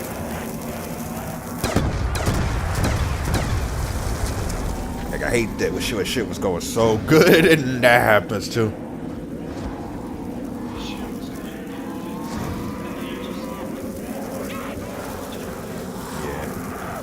The one thing I did almost forget is that this game, zombies become bonus sponges really early.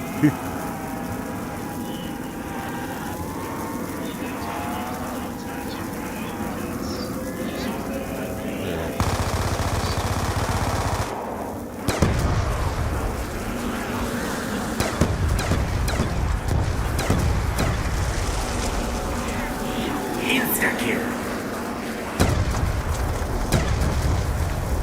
Double points.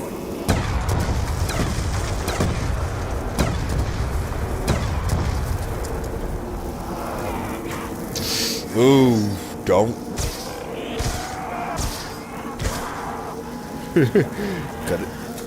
Oh, you cut it close there, Bucko.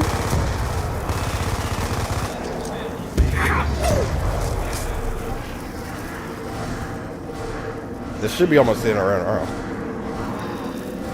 Almost.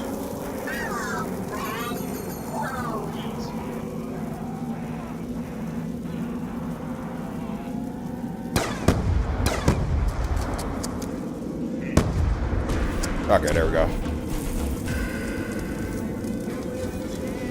Oh yeah, the one thing about Tombstone is like when you go down, even when you get it back, you'll lose the Simtex, because I had Simtex earlier.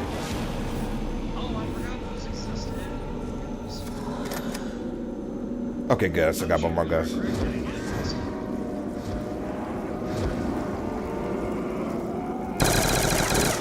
I mean, they were stronger than what is that? Regular frag grenades, although the radius is a bit shorter, but they blow up quicker.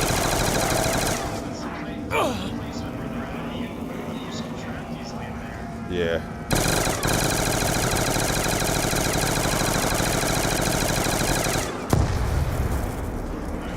So, I do know... Alright, here's what I can say about Black Ops 2. Black Ops 2 zombies... Oh, shit. I can get you. Or I should be able to get you. Alright. Insta-kill. Right. I mean, Black Ops 2 is still relatively fast.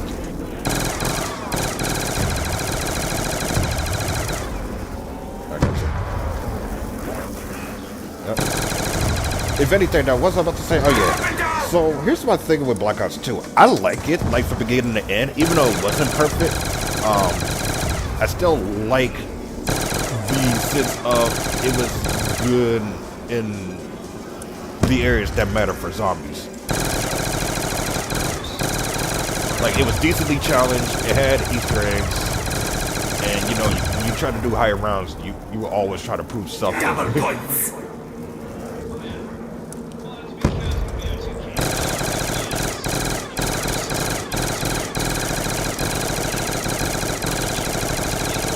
Yeah.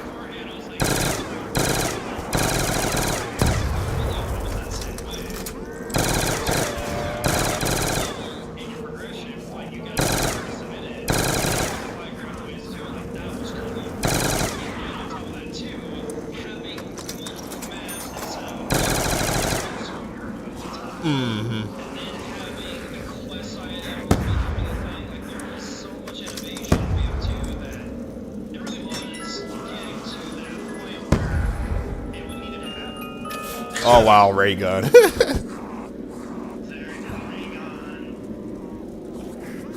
Oh my god, I got ray gun.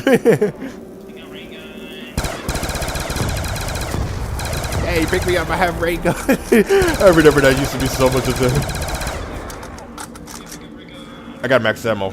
Let me know when Max ammo.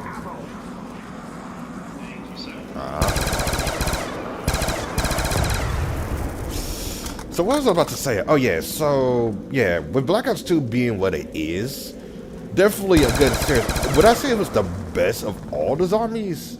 No. I would say it's top 3 for sure, but the definitive zombies, I still had to give it to Black Ops 3. Mainly because Black Ops 3 has so much diversity in it and versatility, it's really hard to match that.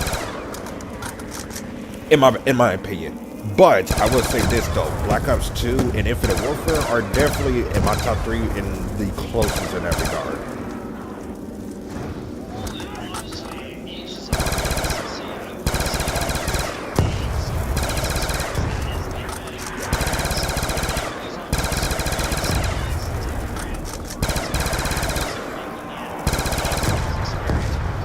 True, I'll give you that.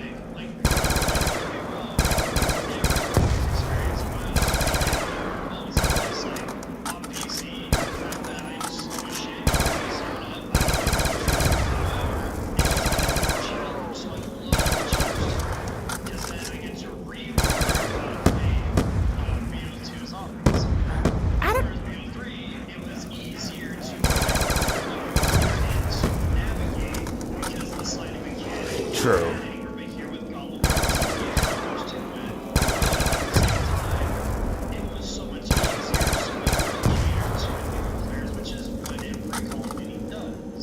Yeah.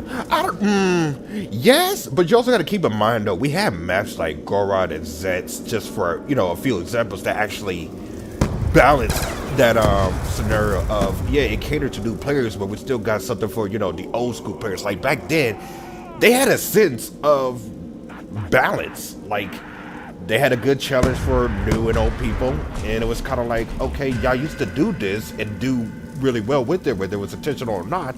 What the hell happened with that? Because it seems like, what's that? I want to say after Black Ops 3, or at least after Infinite Warfare, we didn't really have that sense of balance. Like video games in general, like there's no perfect balance, but we had like those good close enough balanced games back then where it was like y'all had a sense of direction with these games back then. So what happened with that direction now?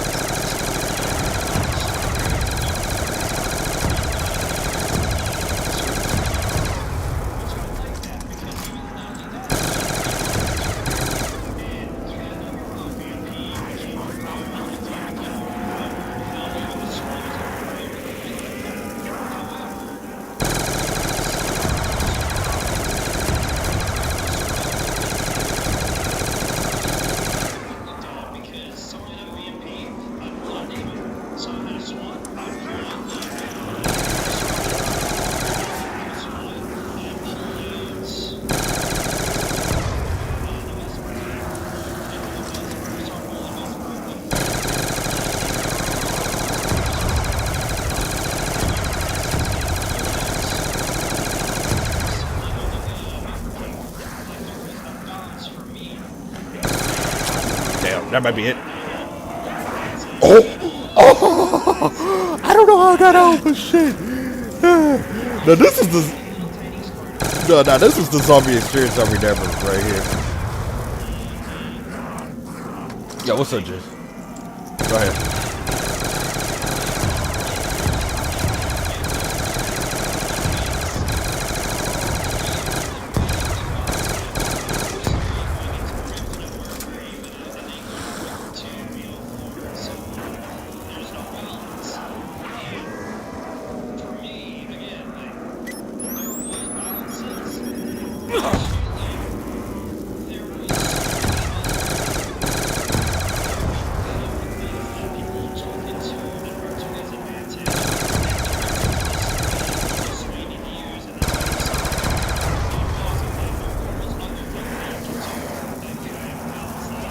No, I mean, let me put it.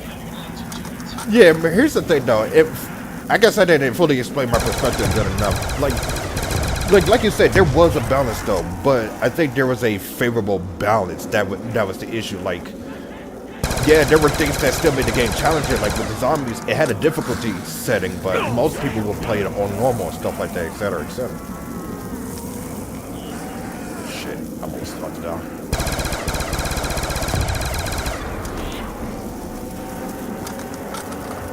Yeah, it had a difficulty setting. You know, we had certain guns that were still viable, but outside of all of that, though, it really, like, there was like so many other mechanical scenarios that how to put this? Like, it favors some cases, but not in the sense where it was a well balanced in every scenario. Like, how to put this in a way? Like, I feel like balance down these days would cater one side or another. It didn't really cater to both, like how Black Ops 2 or Black Ops 3 did. Like, I would say even to an extent, Infinite Warfare and Black Ops 4 catered to both sides. But after those games, it was really catering to either one side or another. Yeah, there was still a balance, but it's more favoritism now because, you know, we got that being a thing where balance is really more of the favoritism of which side are they trying to cater to more? Are they trying to cater to the casuals? Are they trying to cater to the, the pros? And it seems like it went from, catering to people that, work very hard to those that, I guess need an easier time off or something like that. I don't know.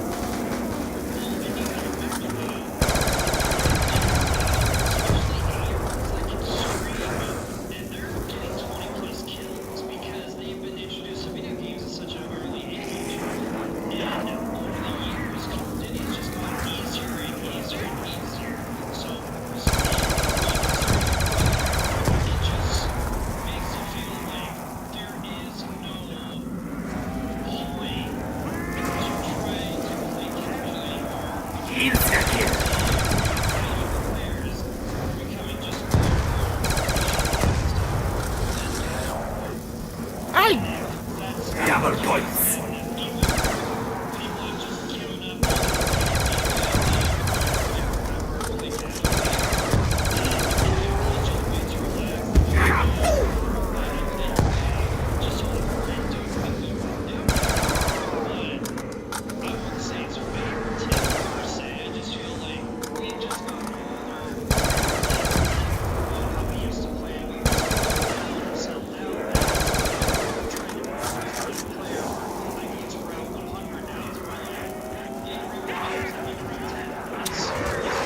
Fuck!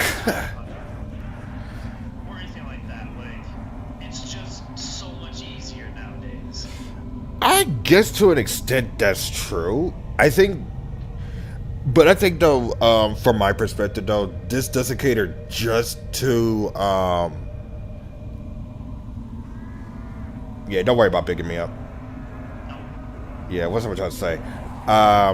I feel like this doesn't cater just to shooter games though. This is catering to more so of fighting games and just video games in general. That's where I'm also coming from with all of this. Like yeah, I get your overall perspective with Call of Duty, which is ultimately true.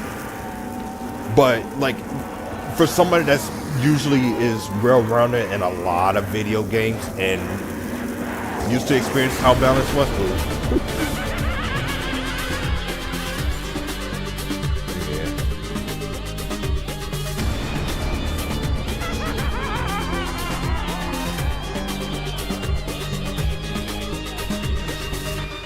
Yeah. Like, I get it. I mean, I'm sorry, I would get it if I was in that boat, but again, like, when I hear fighter games, I think party games. When I hear, like, even not even that, when I think of Dragon Ball Z, Xenoverse, or even Resident Evil, like, to me, it's like, it's just for fun. Like, I look at it as it's a game that I can be professional at it, or be good at it, or they make it too easy, or make it too difficult, whatever it is. It's just, to me, it's like, it's a game that you play with other people, and you have fun with it. Right. That's how I look at those. But then you get people like you who are like, well, yes, but fighter games, they make it so easy, now it's just not even balanced. Like, or make it too difficult, whatever the case may be. Like, I get that. But, like, they have to, you also have to understand too, that they're trying to make it to where they can make both parties happy. Or at least try to be happy at the same time. And I totally get that. Because you can't do that. I totally get that. If anything, I'm not necessarily complaining on the factor of, they're trying to do that kind of thing though.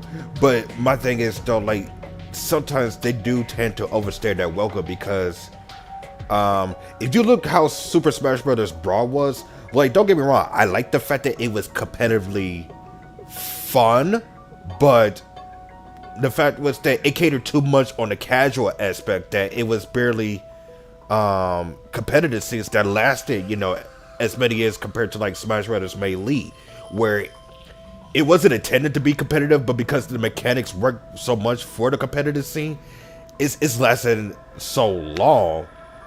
But even if we didn't add that factor in, what I liked about Smash Bros. Melee was that it had a balance that cater to both the competitive and casual side. Like, I don't know, I guess the formula of how they would make a games back then were more approach compared to now, because it seems like if they make this game, they're gonna cater more to the casuals. If they make this game, they're gonna make it, you know, they're gonna compare what is that? They're gonna do that for the pros. But I liked it back then, where it's like, you know, it didn't matter whether you was competitively good or not, or you was trying to actually have fun or not. It was just like it had those moments where it had a perfect balance for both sides to enjoy. And it seems like now these days, though, like, I don't mind, you know, an easy route, you know, when it's available, if I want to do it. But I also like to, you know, push myself, because it feels like I could do more. But at the same time, though, you don't want to be too difficult to the point where it feels like I'm gonna have a mental breakdown at the end of the day. But I guess it's just to the point. My bad. Yeah, but I guess it's just to the point. I guess it's to the point where I just don't want to play a game where I feel like I'm just stuck and there's no sense of, you know, push. I guess. Like, if I want to be casually having fun, though, I want to have fun where I can explore, like, the many options of having fun. But if I've done everything and there's nothing left, then what more fun can I do at that point? I feel like some games still have that and others don't.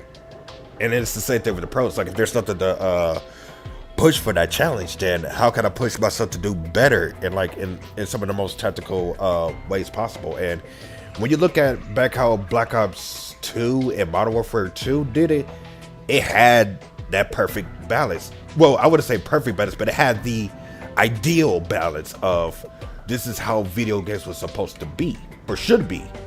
But now in these days,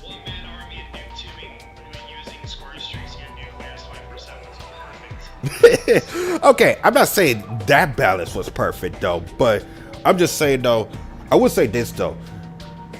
You know, a game is good where everything is either broken or everything is somehow viable. But yeah, that was broken, but there was always something in that game where everything was viable. You don't really get that now these days, though, because it's always a meta build, and then it stays meta until it gets patched, and then something else becomes meta. But then, though,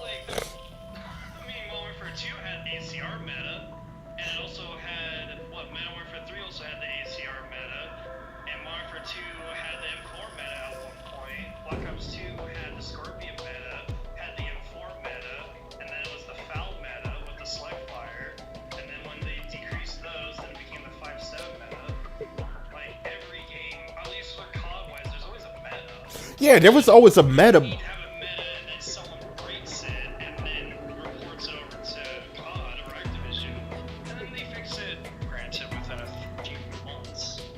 But there's always a meta. That's true, but keep in mind, though, at least back then, you were able to challenge the meta, and everybody would actually pick their own weapons and have fun with it, because it was like, oh, I beat this guy, you know, that had the AA-94 with, I don't know, let's just say the Choco Beam SMG or something like that, because you like to use a fast burst SMG or whatever the case may be.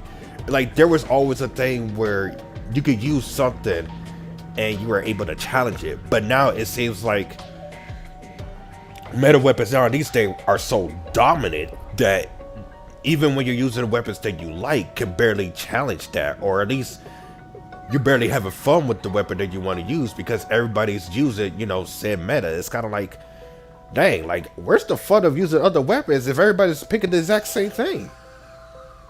Well, and that's why earlier I said I feel like that's a perspective thing, because I see people going up against my ass with HDRs, and, well, for BO6, for example, they'll use HDRs now, or the Kilos, and I'm still using the C9, or I'm trying to use an SMG to think, like, what of these weapons is able to go up against these. But I enjoy doing that because I find the fun in trying to remake a meta for my own personal gain, or weapon that seems stupid, like the DM10, Right. can be stupid to use, but at the same time, you can play it safe or play it slowly while these people are rushing around. Use that to your advantage. You know, stuff like that. Yeah, I can. Yeah, it's subjective because with what you're saying, I do understand that because yeah, it's boring. You go up against people that are going up against kilos, and now with how some people's playstyles are, you can't compete unless you use a kilo. But that's other people's playstyles, and then you get someone else's playstyle that likes to slow it down and likes to use the mentality of, hey, someone's gonna be coming around this corner right now. Maybe I actually play the game of wait and chill, and then let them come around the corner. Doesn't always work, but at least you can know that it didn't work that time. Let's try it this way, or try it the other way, or so on and so forth. But that's those people, and then there's other people. But again, it's all subjective. It's all so much subjective. That's true, and I don't disagree. I guess from a perspective of a person that plays both casually and competitively, I can see your perspective and work with that, but also see like from a pro standpoint, like I guess there's a certain limitation of what you will want to allow because, I guess you don't want to set the bar of, okay, you know, if this becomes a thing, everybody's going to want it to stay, wanting to keep it as a thing, but you want to at least try to mix it up on a now and then. And I feel like that was a thing to me back in gaming, whether it's fighting games, shooting games, or anything in between, because it was like, yeah, we had metal builds, but we also had builds that were fun, and then there was always something in between. But nowadays, Back then, we had the adventure to learn all this stuff, and we didn't expect Call of Duty, especially zombies, to be, just for example, to be as universal as it is and to be as complex as it is. We were just told that it was going to be a survivability game. And for the fighter games like Mortal Kombat X, like, we thought Mortal Kombat 9 was going to be it, and then they were going to just drop it. Like, we thought Mortal Kombat 9, with how fun it was that. Like, that was it. Then when Mortal Kombat X came out, the PS4 came out, Xbox One came out, like, our imagination just skyrocketed. Like, what else could they do? What else more can be improved? Like, Right. Is there anything else can be improved? And that's just it, is like, you gotta realize, like, as a kid, we had not a high bar to reach because we didn't know what the bar was. As an adult, we've passed that bar and we're still trying to make those bars go higher, or trying to reach those bars even higher. Right. But then we also make it for some of us, we make it so high to the point where it seems unreachable, to the point where it's not even fun anymore, or it's not even worth it anymore, because why would I go for that when, what's the end game for that? If I reach that bar, you know, cool, I become good at what I do, but now it's not even fun because I didn't really experience the fun to that. But again, like, that's how some people are with that, going back to the subjective mentality. Or there's, you know, you can just think back when you were a kid, like, fuck it, what if there is no bar? What if I can just, yeah, I understand there's pros, there's professionals that play this way. I understand that they make these games catering to the new players, or to the old returning players, or to the hardcore players, but just play to play. Yeah. If that gets boring, then like, what's the point of playing games, period? Yeah, at the end of the day, though, that's my main thing too. I guess what I'm trying to say is, well, I guess the only thing I got more concerned for is that hold on. I guess my main thing at the end of the day, that's my concern, is that as long as the game has, I guess, some form of an identity where, you know, it stands out for what it is, and not what it should be, then that makes it a good game. But I like to still play games just to still have fun, though. Like, I'm gonna have my moments where I want to still be competitive, but I'm also gonna have my moments where I want to be casual, and then I definitely want to, you know, be both. But at the end of the day, though, I'm all about, you know, enjoying the casual and competitive scene. But I like to have a little bit of, you know, a mix of two on a time-to-time basis. like, you should. Like, that's the whole point of games, is to just have fun with whatever you do with them. Yeah, but You should never be to the point where you play it to get bored. yeah, but that's kind of like a thing. That's what I was trying to say though. Like now these days, though, that's kind of like what it is for some people. Either it's too casually boring, or it's too hardcore boring, which is kind of like, I thought y'all kind of wanted this. It's like, it's kind of like what you say. Like we set a high bar, but at the exact same time, though, like with us being, you know, adults for, you know, us, you know, being there when we were young, it's like, yeah, we're content. But there's just some people now these days, both old and new, aren't content with, you know, what we got. It's kind of like you either want the thing to be either too high or too low, and it's no longer down the middle. Either y'all either want things casually friendly or competitively friendly, and there's no longer a middle ground no more. Like, I miss when something like Black Ops 2 had that, because it was pretty much equal on both sides, and you could do so much with it. But it's like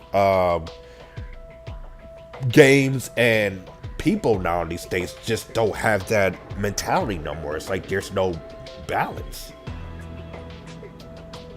Again, that goes down to subjectability, because you keep mentioning BO2, and as soon as you say BO2, the first thing that hits my mind is the SWAT meta, all these other weapon metas, and people are dominating with one or two builds. Like, they've always had either a ballista sniper class, because that was broken, sometimes DSR, but not all the time, at least the people that I went up against. If it was DSR on bigger maps, and if they didn't have that, it was either the SWAT or it was the Scorpion.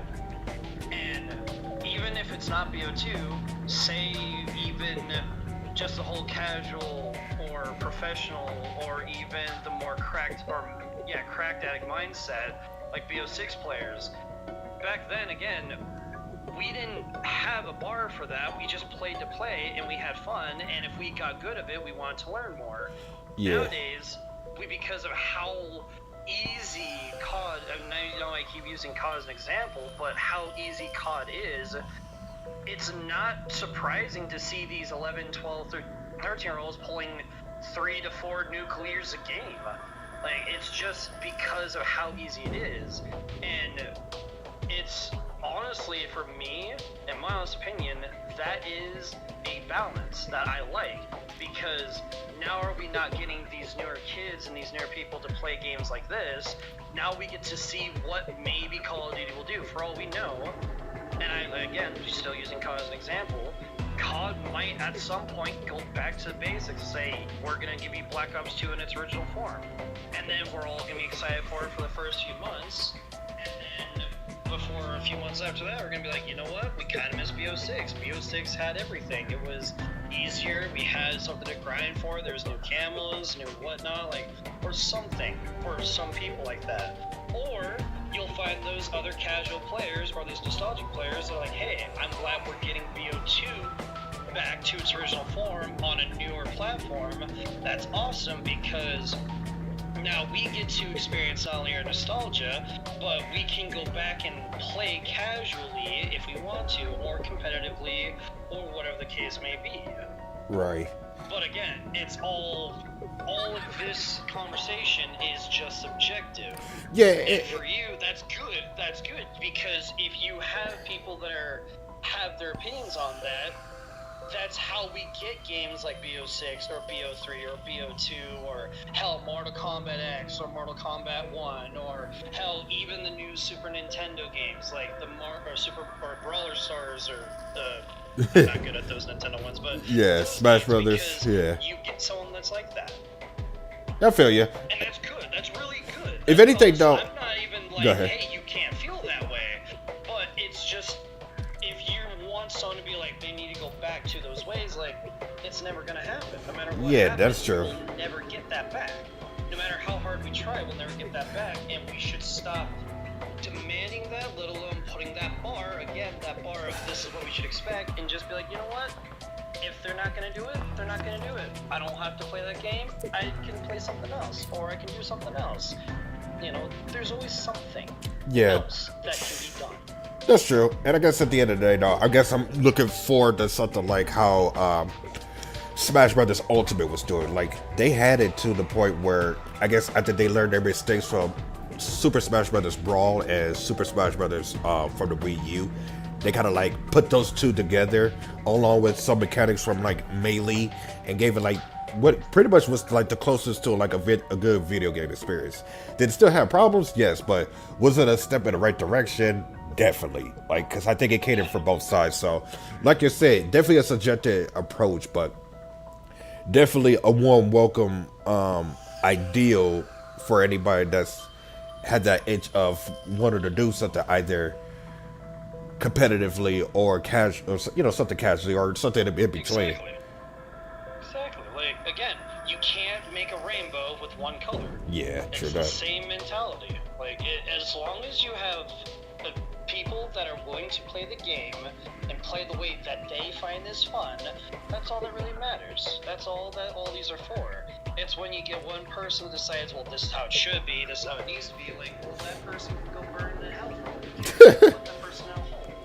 Like, and that's not me, like, being a jackass or being, like, trying to be negative about it, but, like, seriously, those kinds of people, they really want control, and until they realize that control will never be in their power, they're going to try to find any way to control, and it will never be in their way whatsoever. Right. That's true. And I'm not looking, and honestly, I'm not looking for control or anything like that, though. I'm not saying, like, a game should be casual friendly or, you know, competitive friendly or even balance friendly per se. Like, as much as I want the balance friendly, I'm not trying to force it. But I'm like, I'm just hoping that, you know, when they look at games, they see, you know, how far they come, but also see what games were, like, a step in the right direction. Because to me, in my honest opinion, Black Ops 6 was a step in the right direction, in my honest opinion. Like, yeah, you still gonna have some broken meta weapons here and there, though, but I do like the fact that there are some weapons, operators, and modes that were still fun to the point where it's like, you know, it's getting me that almost close to the nostalgia feel of, you know, these games could be, you know, go into that direction again, I guess, to say the least.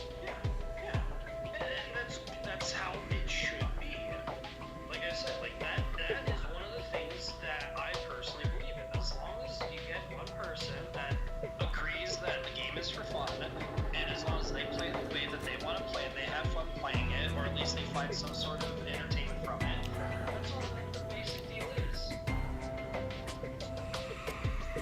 Yeah. Just don't be that person that's like, hey, how come I think Infinite Warfare is the best Call of Duty game period because of this reason. If anyone disagrees with it, you're an asshole. Like, well, then you will have no friends. You will be alone.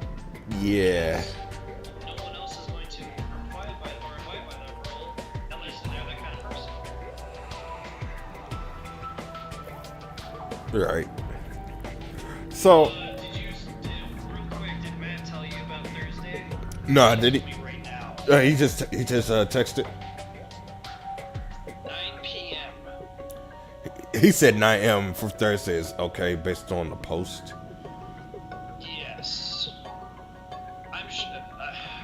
I need to get into the whole Mountain Time, Central Time, whatnot because I am so horrible with that. But I assume Matt will text me and say, "Hey, I'm ready." Like, oh, okay, get ready, let's go. If it's 9 p.m. for Thursday, oof. Is that doable for me? Is it? It can, depending, if we're not doing the Easter eggs for too much long. Because I know for some of us, we like to set up. But even I have my limits on how much I want to set up. Because I'm like, if I know if I can be comfortable enough to go in and do better with what I got, I can make it work. As long as I know that, you know, isn't it like a good vibe kind of scenario. But it also depends on who I'm playing with, too. And the whole idea that I had was going there. That's why I was thinking Cold War stream, because Cold War, at least that way, then it can be quick. But then it became, well, from Crusaders tell me, why not do BO3 Customs, because they can get a group of people to do multiplayer on there. Because the community always has, like, Infection or custom Right. maps or modes. So I thought, why not do something like that? And then it became, well, let's do the Super Easter egg on BO3. And I'm okay with doing that too, but at the same time, like, yeah, if BO3's Easter egg, it can be one map, you do Horizon Drac, and it's a 30-minute run, and then Zetsubo no Shimo is 2 hours long. Like, Right. Even though we could do that like so much faster. I'm not saying like world record fast, but definitely like a personal good fast, maybe like 45, 30 minutes, maybe even less than that. Like, because there's been times where I know that if I'm playing with somebody like either you or Crusaders or who was it? I want to say even Sheila's to an extent, just for an example. We could get certain maps done like mostly under an hour. Most of them. But I do know that there was people like, I want to say either Dope or Toxic, even Eddie before, you know, our situation with him. Yeah, they like to get super prep, and that's not wrong. That's not wrong, but I feel like because they never really explored the possibilities of how efficiently fast and good taking certain shortcuts at an early pace can do. It's like they get too comfortable to do it at, like, I guess at an average round. well, yeah, and that's the thing, is they like to put in a lot of time getting prepared, but they don't understand that when you're in a rush or you're trying to be as efficient as quick as possible, you can't exactly just get prepared in the game. You have to be prepared before the game. That's why I always just say, fuck it, whatever gobblegums I have, and then whatever gobblegums I use, I just think right on the fly, like, okay, use Death Machine for Shadows of Evil, I can use that for the boss fight, or I use a KRM and use HVK for the stabs for defending the staff. Like, I think on the fly. Eddie doesn't do that because Eddie plays so casual. He plays too safe. I don't play with him. He plays so casual that by the time you get to the finishing product of the Easter egg set, you're already 30 reps in. Yeah, We both don't like that. he plays too safe, and I don't mind it, but there's times where I'm like, yeah, we could do this a little bit more faster from time to time, where it's like we could still go in a decent round and, you know, still get stuff done. But there's always been some setbacks too, which is probably why, you know, everybody plays the way they play, because it's like, okay, well, maybe if we go, and that's another thing too, though, like, we got some, I guess, experienced players somewhat, but the problem is, though, like, despite knowing how to play the game, when it comes to actually playing it, it's a bit of a different story, because it's like, okay, so you do know how to do these Easter eggs, stuff like that, but how good is your survivability if you have to do something by yourself? And we have our ups and we see some ups and downs with that, depending on, you know, the players. Like, you know me, like, I think you even see some of my runs on, like, Black Ops 3 and even Cold War, when I've done certain Easter eggs under an hour, and, like, within, like, round 20-ish, 20, pretty much less than, like, 20, 25, but less than 20 in general, and still was able to pull stuff off. But, like, like on other cards, though, and you see other people, it's like, it's round 30, 30 plus.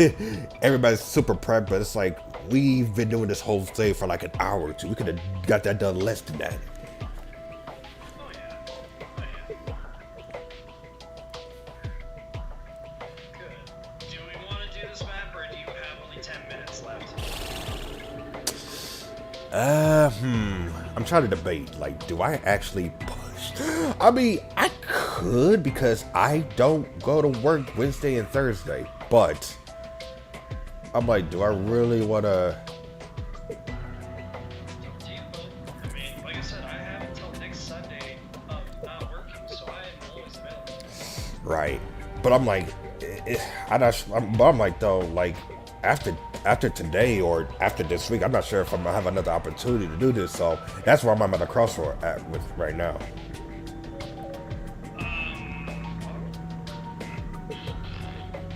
The way how I look at it is it worth your job to stay up late, get up late, and then be crappy the entire I mean, That's how I look at it. I feel you. But my thing is though too, it's like one, my work is not that difficult, and I usually get stuff done like within like maybe an hour and a half at most before like 2 hours in, and I take my break. But at the exact same time though, it's like the last thing I need is to like completely burnt out and crash out. So, let me take those. I mean, I pretty much already know my answer, but I'm trying to think though, like, if we're doing this though, what are we doing exactly? Like, are we just going? Are we doing like high rounds like we was doing, or are we doing Easter egg? I was thinking we just do high rounds because at least that way we can at least get the nostalgia trivia out of the way. Because if you want to do the Easter egg, I don't think you can do. I mean, yeah, you can do the fire stack glitch on there. You could do the Easter egg steps. Truth be told, Do you want to try the Easter egg? I'm about to say, truth be told, you could actually. This was the act. What's that? This was This was Call of Duty's first soloable Easter egg. Honestly, It was the first one with the glitch, yes, because you do the fire stack. you could, even without the fire stuff glitch though, you could still do the Easter egg. So it will just take a lot longer if you didn't do the glitch. That's true, they had the button thing at a time and just right. Mm-hmm. But that was also because you didn't know when you needed to press the button. It would take so long. Yeah, but if you wait for like the middle robot and then do that while throwing the what's that, the what the hell was those I know what you're talking about. the grenade strikes? Yeah, the drone strikes. Yeah. Alright. No, I didn't say I was going to do it. I'm sorry, though. Shit. Well, as much as I do. You said you knew your answer. Yeah, I knew my answer. My bad. So, yeah, I'm gonna have to call it for the day. But if anything though, after work, and if the closest to it should be though. But honestly, I don't think I have to worry about that because they're not gonna care about me hooking up my PC compared to my console. But if anything, I will probably be down after work, and we could probably continue this. Probably play some Burying Origins. Alright, works for me. If anything though, we could probably try to do we could try multiplayer again, and if not, maybe do a few matches of multiplayer like we were doing before, and then do zombies, do some Burying Origins.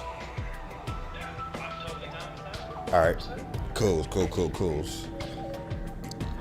let me know as soon as you can, and I'll be right there. All right, perfect. And we're in agreement then. Absolutely. It was a fun day. Yeah. This honestly, going to this Black Ops 2 trip was definitely worth the while. Oh yeah. No, there are reasons why I keep barking at people that say that I want to get a console instead of PC. Like, console won't get you this. PC will. I don't give a shit who you are. Right.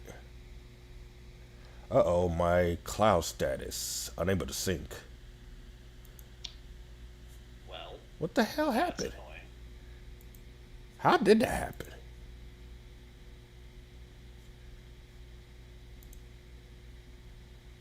Did you get locked out? Did you get signed out from OneDrive? Now let's see. Your local Black Ops 2 save data conflicts with what is stored. Whatever save data you choose will keep the sync to device and the cloud. The option you choose will not be over. No, you need to choose it. I'm gonna do the cloud save because that's the one I need to keep, right? The cloud save? Yes. Assuming that your OneDrive is connected to your Steam account and you know what your OneDrive account is, then yes. Yes. Otherwise, your cloud one is going to be problematic for you because it'll go through files, and then if you don't know where those files are, you can lose all your progress. See, your local save data will be overdriven using the files currently in the Steam cloud.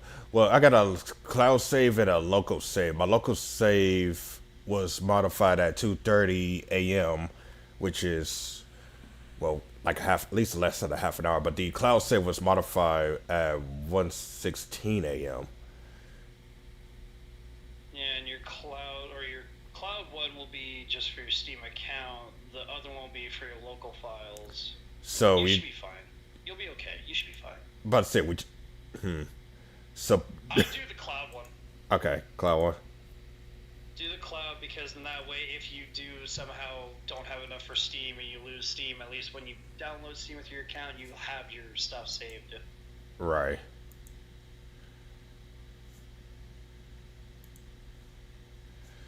Yep.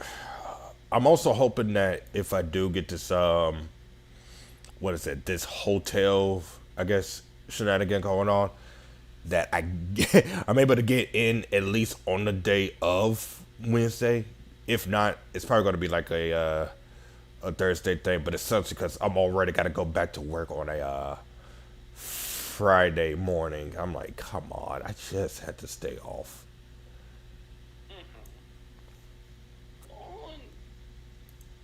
The only other day I could think it would be Friday after work, or Friday night, or Saturday night. Friday night or Saturday night.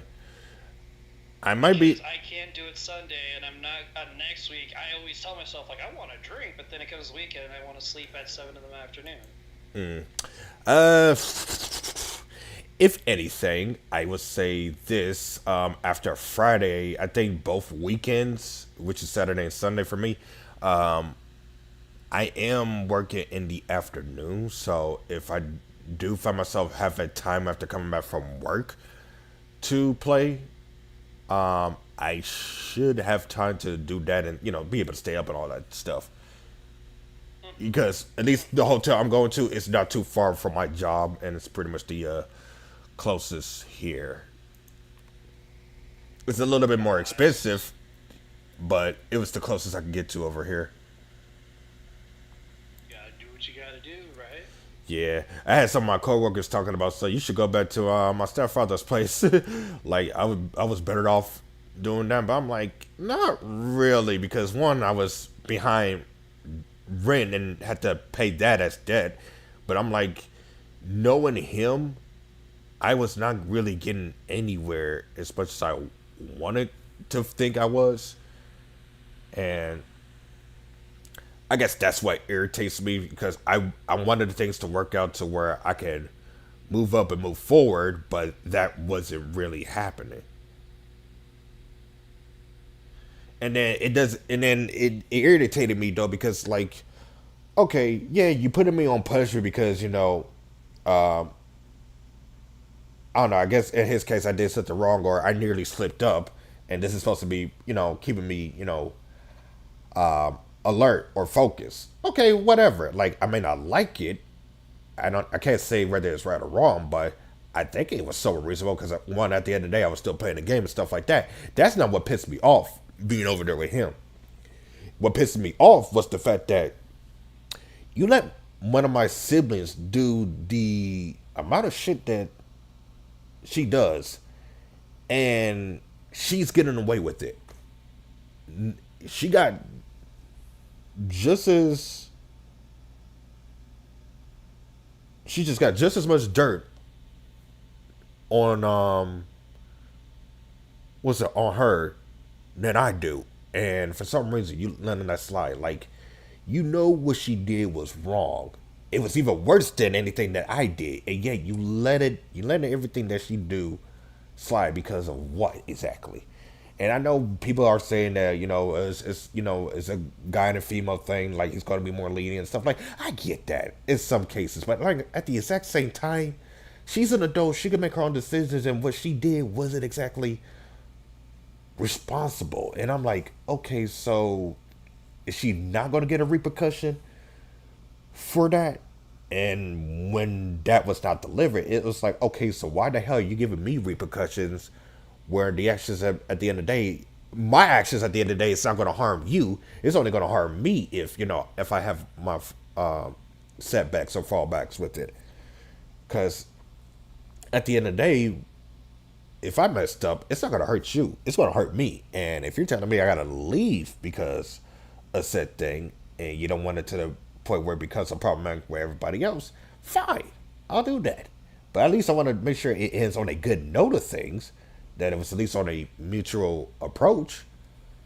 But Apparently, I didn't get that. And it's like, all of this stuff that you've been saying behind closed doors and in front of their face about all their ups and downs. And yeah, you let almost every single one of them slide with the stuff that you have issues with. But when it came to me, you had something to say and do about. And that's what kind of pisses me off, because it's like, bro, throughout the 20 to 25 years you've been in and out of my life and we need some support, I had your back. And it's like, okay, the justification for you doing this is because what and why? Like, it's not really needed.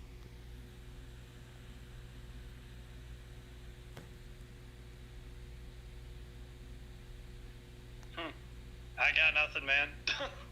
That's definitely one of those situations where either you understand what they're going through, what they're doing, and you just accept it and just say, fuck it, I don't have to deal with that, or maybe you look at yourself and be like, what did I exactly do wrong? If I did nothing wrong, then I have nothing to worry about. If I did do something wrong, then I should ponder about it and then see where they're coming from. Nah, here's the thing though. I get where he was coming from in a way. I just didn't like how he executed. Because it's like, okay, so you're worrying about me keeping a job. Okay, well, I'm letting you know right now that the job I'm doing is actually much better for my health. That's number one. And two, I'm mostly liking the job. There's its flaws, but I mostly is down with doing the work and getting it done. I got a lot of people saying I'm doing a good job too, so you got absolutely nothing to worry about me when it comes to, anything related to work. But if we got a problem, and yeah, you relate to something of my past as that factor, that means you're not really moving forward in a way that you preach about. Because it's like, you're saying that people can change, but it's like when something goes south, you're still attaching yourself to what you're already assuming. And it's like, to him, he assumes that, okay, if something goes wrong, oh, it's gonna be him in that video games. I'm like, it don't even have to be me touching the video games, and somehow, some way, it will find itself in a conversation. I have lost at least most of my good jobs, not even because of the video game. It's because of the people that I was living with were doing some shady stuff. And when I called them out for it, though, they didn't pretty much like my approach on it, basically. Or I guess basically they didn't just like being called out in general. Like, either they felt like they didn't do no wrong, or I should just, shut up and just do what I've been told like a bar. I'm like whether I'm being told to do whatever or not, I'm still my own person at the end of the day. But I'm trying to treat this situation equally and fairly. I'm like, because at the end of the day, you can say whatever you want to say about me, though, but when it comes to actually putting my foot down on something that I know that's either right or wrong, that says a lot. And my situation with that was, here it is, I got a good job, I'm doing my part, and I'm thinking things is cool. But when something goes wrong, though, it's like, how y'all making the situation look worse before it even happens? And somehow I'm the bad guy in it. Like, there might have been a few scenarios where things started off rough, and in some cases I may do something in that subject of, yeah, it might have been my fault, but I never was said the stuff I do was never enough to, completely jeopardize what we could have kept, whether it's, a home or keeping up with the bills and stuff like that. But it might have been some close calls, but there was always a way for my situation to bounce back because how things were running around those times. But now these days, though, you could barely even do that. But my thing is, at the end of the day, though, like, the stuff people try to downplay me for, like it's the worst thing that's happened, is nowhere near as worse as the other people they bump heads with and had done much worse. And it's like, okay, so you're having issues with a guy who is content with what he does and enjoys doing what he's doing compared to a person who takes advantage of your situation and do acts more horrendous to the point where it's like there's a reason to retaliate, but you don't retaliate against that.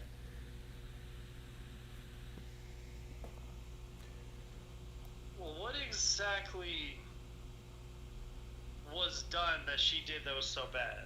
Is the thing.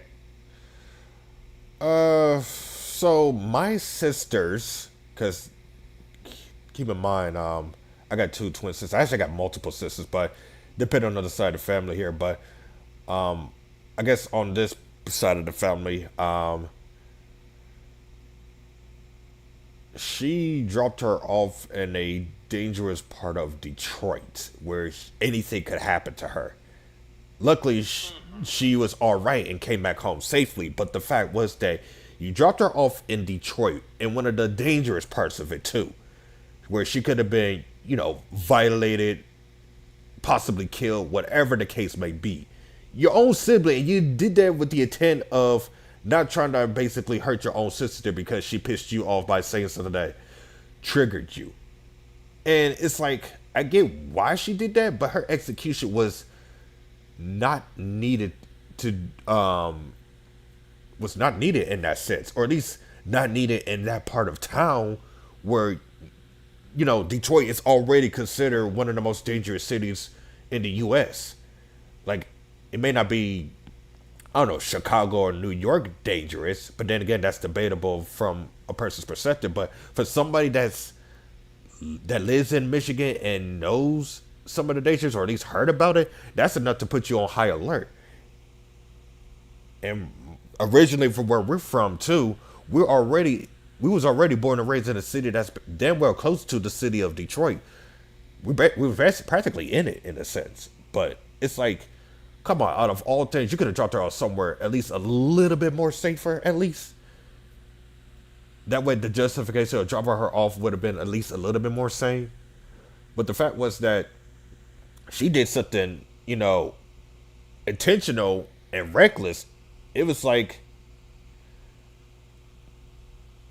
basically, how did you let that situation slide where somebody, was willing to put their own family in danger, but you weren't worried about whether I'm able to keep a job or not, and I'm working at a job that is really not much of a problematic. But I guess he's so set on trying to make sure that, he builds me up in his own image that it became a problematic because it was restricting me on how I want to handle and do things.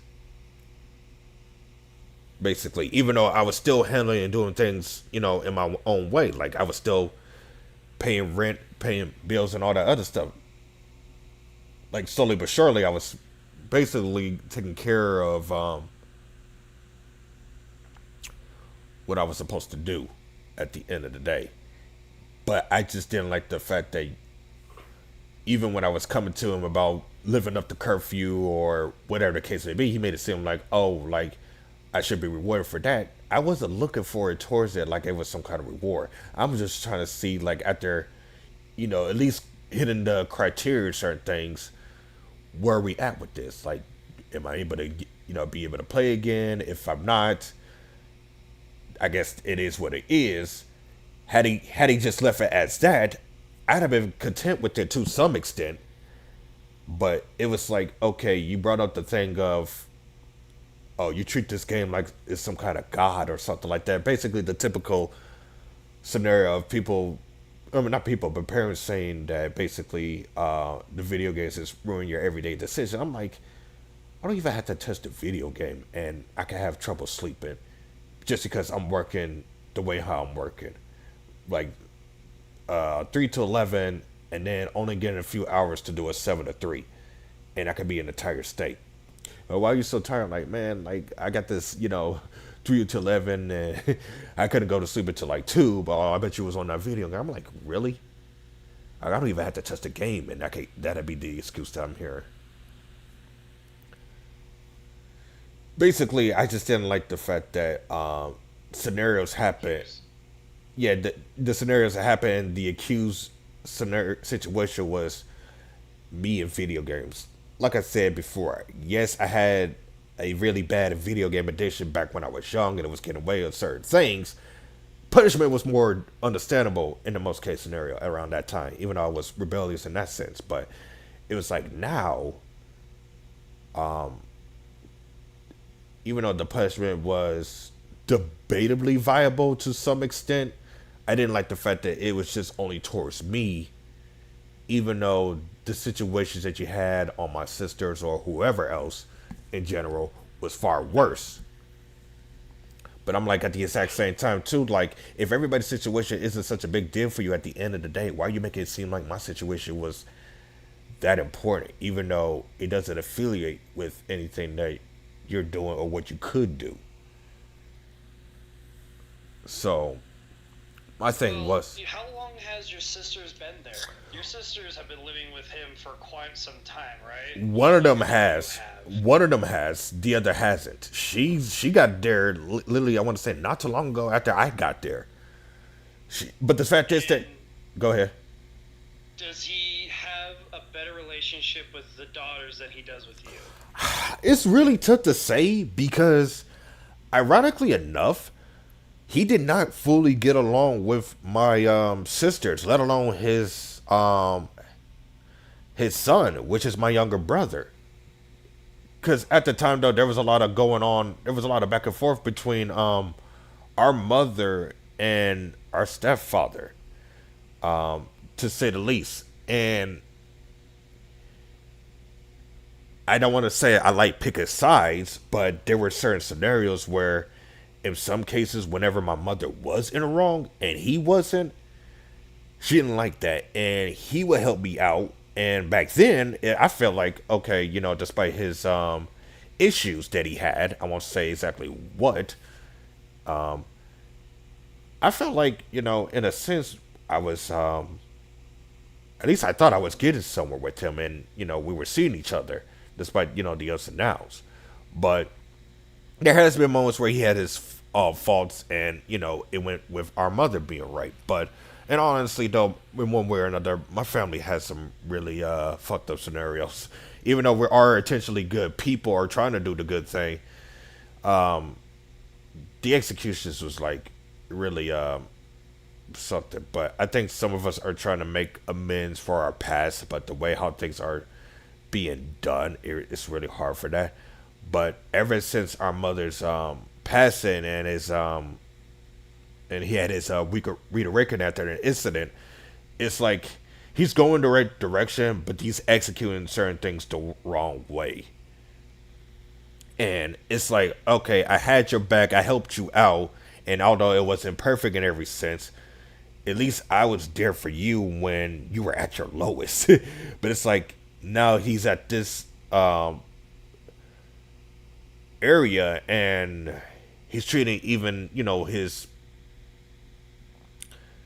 I guess, some of his haters with some respect. It's kind of like, okay, so you got an issue with me because out of all the people, I got something to say, and I kept most of the stuff I said to myself shut until up to this certain point when you pushing me in that direction.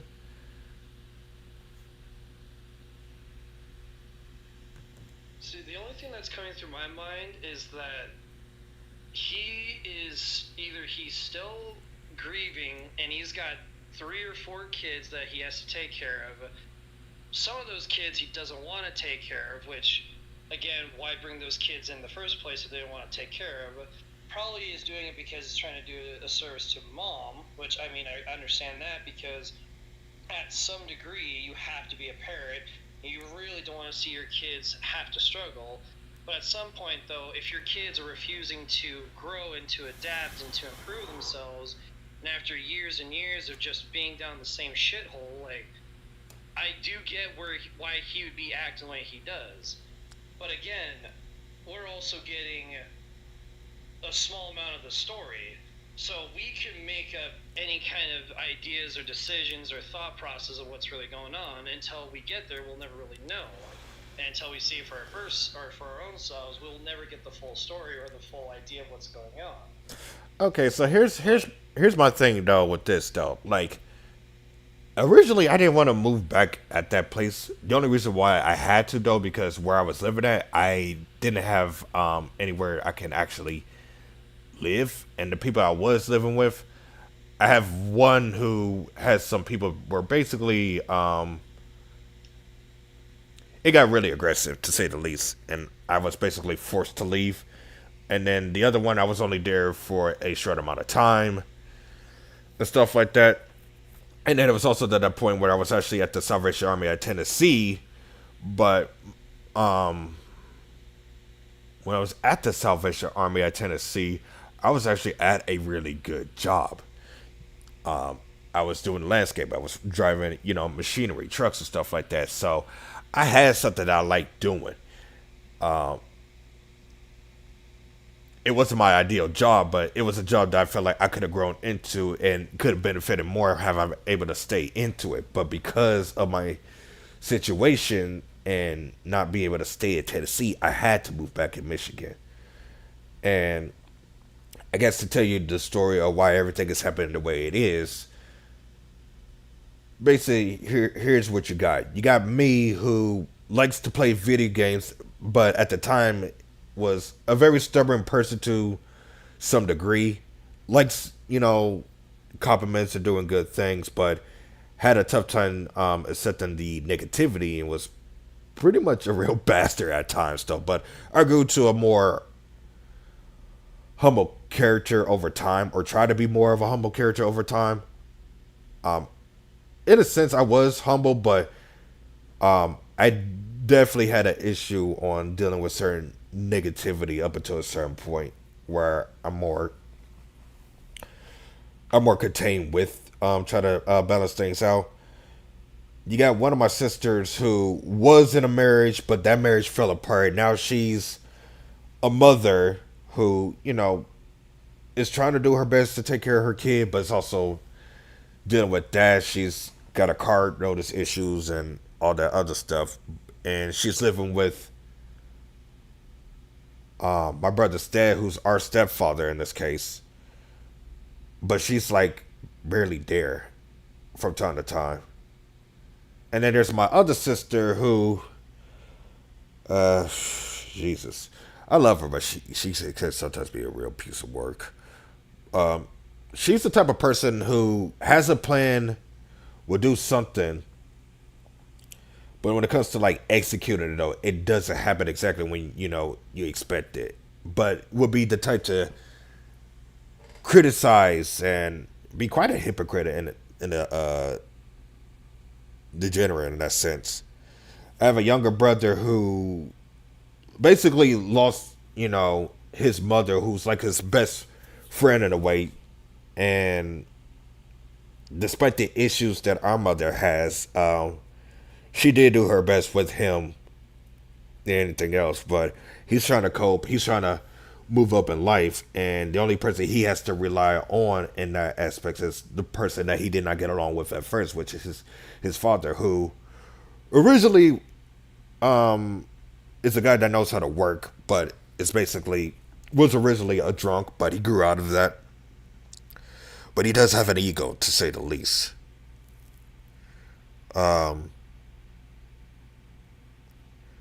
Yeah, with all these going on though, it's like this family is trying to build character, but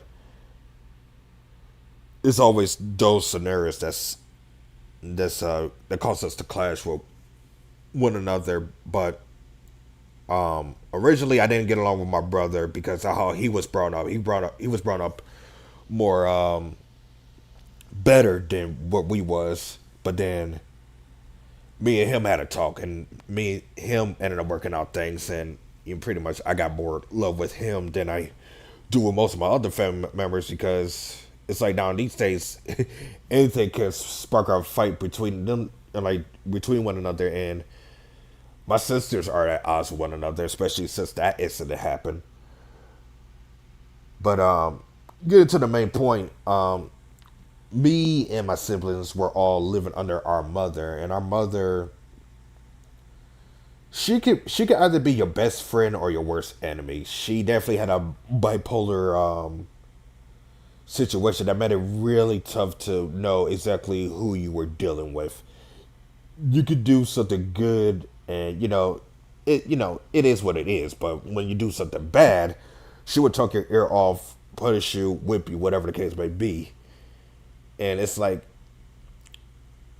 she's trying to be a mother, but she definitely had her setbacks, and it lasted the way it lasted up until she met our stepfather, and then that went into a hurricane of good times and bad times.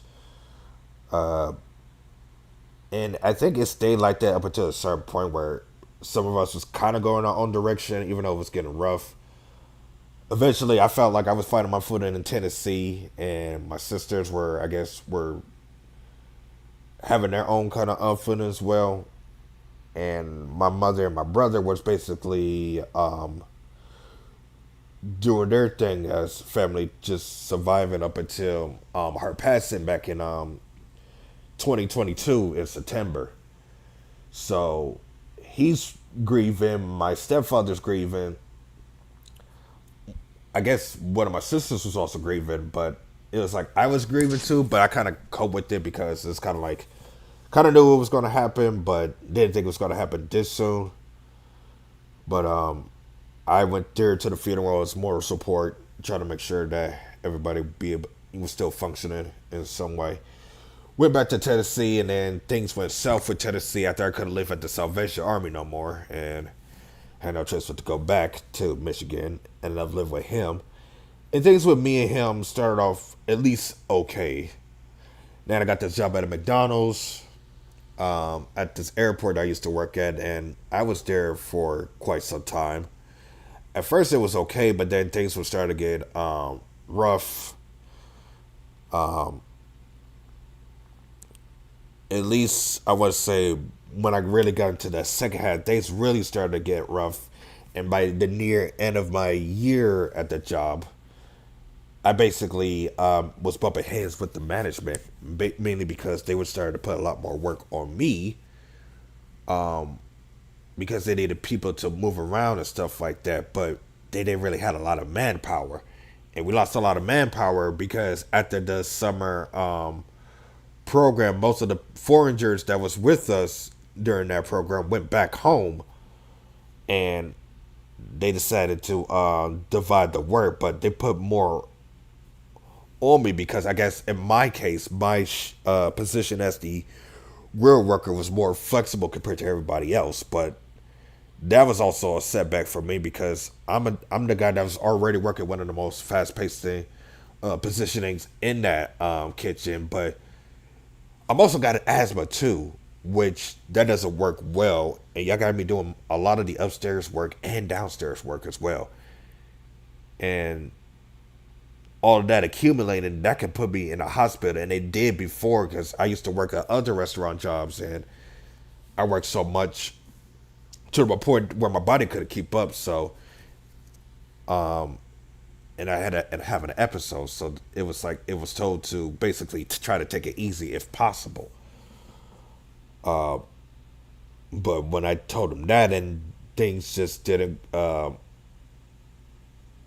accumulate the way how things were needed done, I basically was let go to the job when I decided to put my foot down and said enough was enough when I was being rebellious my own way.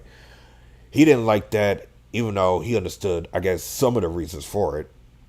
But he was like, you should have went a different direction. And to some extent, I agree, but they didn't really give me that flexibility with that, with their approach. So I was jobless for a while, needed some help for like at least a couple of months.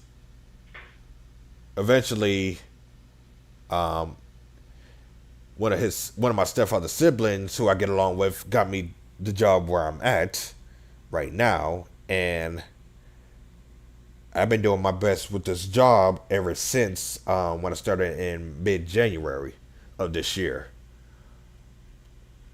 There were some ups and downs with the what he allowed me to do and what he didn't. And eventually, he was flexible at the time, especially after my brother talked to him about, I guess the approach of how things could be done. But I guess when at one point, I would say at least after my month in the job, and I nearly almost overslept getting ready for work, he decided to put the curfew. I didn't like the fact that he decided a curfew, and you know, because of that reason or not. But I'm like, okay, well, let me see how far everything goes, along with this debt I have to pay. After at least 3 months being in, I decided to talk to him about maybe possibly lifting up the curfew, because I'm thinking that, okay, I made some progress. Let me see where we at with this whole scenario. Wasn't looking at it as a reward, but I was trying to look at it to see, like, okay, like, this has been done so far. Is this enough to, I don't know, let me do more, do less? Where we at? At first he was like, no, but I was like, okay, well, keep in mind, even though you're telling me no, everybody else is still doing this because they got this freedom that you not restricted them on, or whatever the case may be. He was like, okay, you know what? Let me think about it and see where this goes. Let's have this family meeting. I was like, okay. So got paid, pay him, my portion that I, normally supposed to pay him. And after, a couple of spending, whatever case may be, we had this family meeting eventually when everybody was able to get together. So at first he starts off with me, and he was basically said, okay, well, me and him had a talk, and at first, I was like knowing the decision, and after thinking about it, he was like, so I decided to stay saying no. Like, you did a good job doing your 90 days and all that other stuff, though, but that's what you're supposed to do. I'm like, okay, I get that, but I'm like, at least you acknowledge that. But then he brings up the fact that the only reason why I'm not allowing this to be a thing is because you treat that game like it's some kind of. I'm like, oh my goodness! All you had to do was just say no and leave it with that. But you had to bring up a scenario that barely had any involvement of anything that's going on right now. Like, nothing really bad happened with me in my job. I went to work every day. I clocked in on time, if not 5 minutes early. I'm being told that I'm doing a good job, I'm improving, and all that other stuff. And I'm at least paying, at least a good amount of the debt off too, though. But I thought I paid it all off by the time April hit, but apparently I'm only paying a portion of the amount and stuff like that. And then I'm telling him like some of the benefits of what it could work if you just let the curfew, be a thing. Because I'm like, first of all, you're not letting me bring my TV in. And I'm like, even if I couldn't do that, at least lift the curfew to the point where I can make up for lost time, all that other stuff. And then, of course, one of my sisters decided to say something about it. So you should really be playing the game that much. I'm like, first of all, the game is supposed to benefit me, especially if I'm doing YouTube, because the more I stream, the more money I can make. And over time, it can build up to something more. But that's why I'm asking that. But I'm like, even if I don't do that, like if my niece wants to use the TV, or if somebody's trying to use the living room, at least I can make up for lost times. At least that's what I was trying to get with, and before all that interruption happens. And then he gets on her about what she did to her sibling with the leaving her in Detroit and all that other stuff. And she basically was retaliating her own way. Like, too. Like, she got smart mouth and basically didn't feel too bad about doing that, because to her it was like, well, my safety and my peace was more important than, what she did to her sibling. I'm like, your sibling could have gotten violated by somebody out there, or even worse. I'm like, and I'm telling him, like, so you're worried about what I'm doing and decide to act on that, but you didn't do anything based off of what she did, and it was just as worse. And it's like, you also had dirt on her about other stuff that you didn't like that she was doing, like leaving hers and her daughter stuff over here, and she's barely around. like basically he was complaining about her and her daughter taking up space. Like I had stuff too, but most of that was in the closet, and the wherever's rest is right next to where I'm sleeping at. I'm like, you had stuff on her. You had a little bit of something on my other sister too. Oh, well, with her work ethics and all that other stuff. Even though she still goes to work, but I'm like, at the exact same time, you complain about how she's not, I guess, fully motivated to like really work to the T, even though she does. But at the same time, though, she could take a couple of days off, and all you do is just talk to her. But for me, though, for some reason, it's like it feels like you got more to say about it, or would do something about it, which he did. But now my younger brother, he's cool on his end, so I don't really have much to any negative saying about him. But my main factor with that was we're having this discussion about all these rights and wrongs that's being done in this household, and yet you let in most of the other stuff that's been done wrong that's much worse than anything I did, and there's no discipline, really. It's really no discipline. But if it's me and you somehow find a way to tether this video game scenario in it, of course you're gonna retaliate on that, because you know that's one of my only hobbies that I like to do on my pastime. And at this point for me, it's not even the fact that I wanted to play the video game, you know, full time. It's just the fact that if you're gonna discipline people, make sure you do that with everybody, not just on one person. And the conversation kind of went back and forth because it was like he didn't like the fact that I had something to say about my situation. Like I should have just had nothing to say about it. But I'm like, I do have something to say about it because you're only punishing one person, and it's me. And you talking about being a man this and being a man that and all that other stuff. I'm like, okay, well, if being a man means that you got to do stuff by yourself, then what's the situation with you and this household? Because for what I heard, you didn't get this household by yourself. You had help.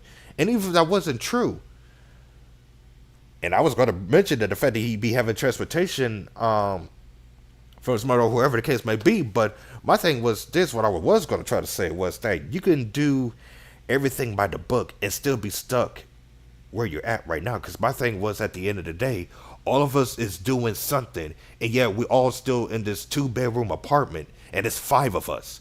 6 if you count my niece, if she does come over. But my thing is that all of us are doing something, and we're still here. So what's the point of you talking about right or wrong, or talking about doing action, and you're only on my head about it?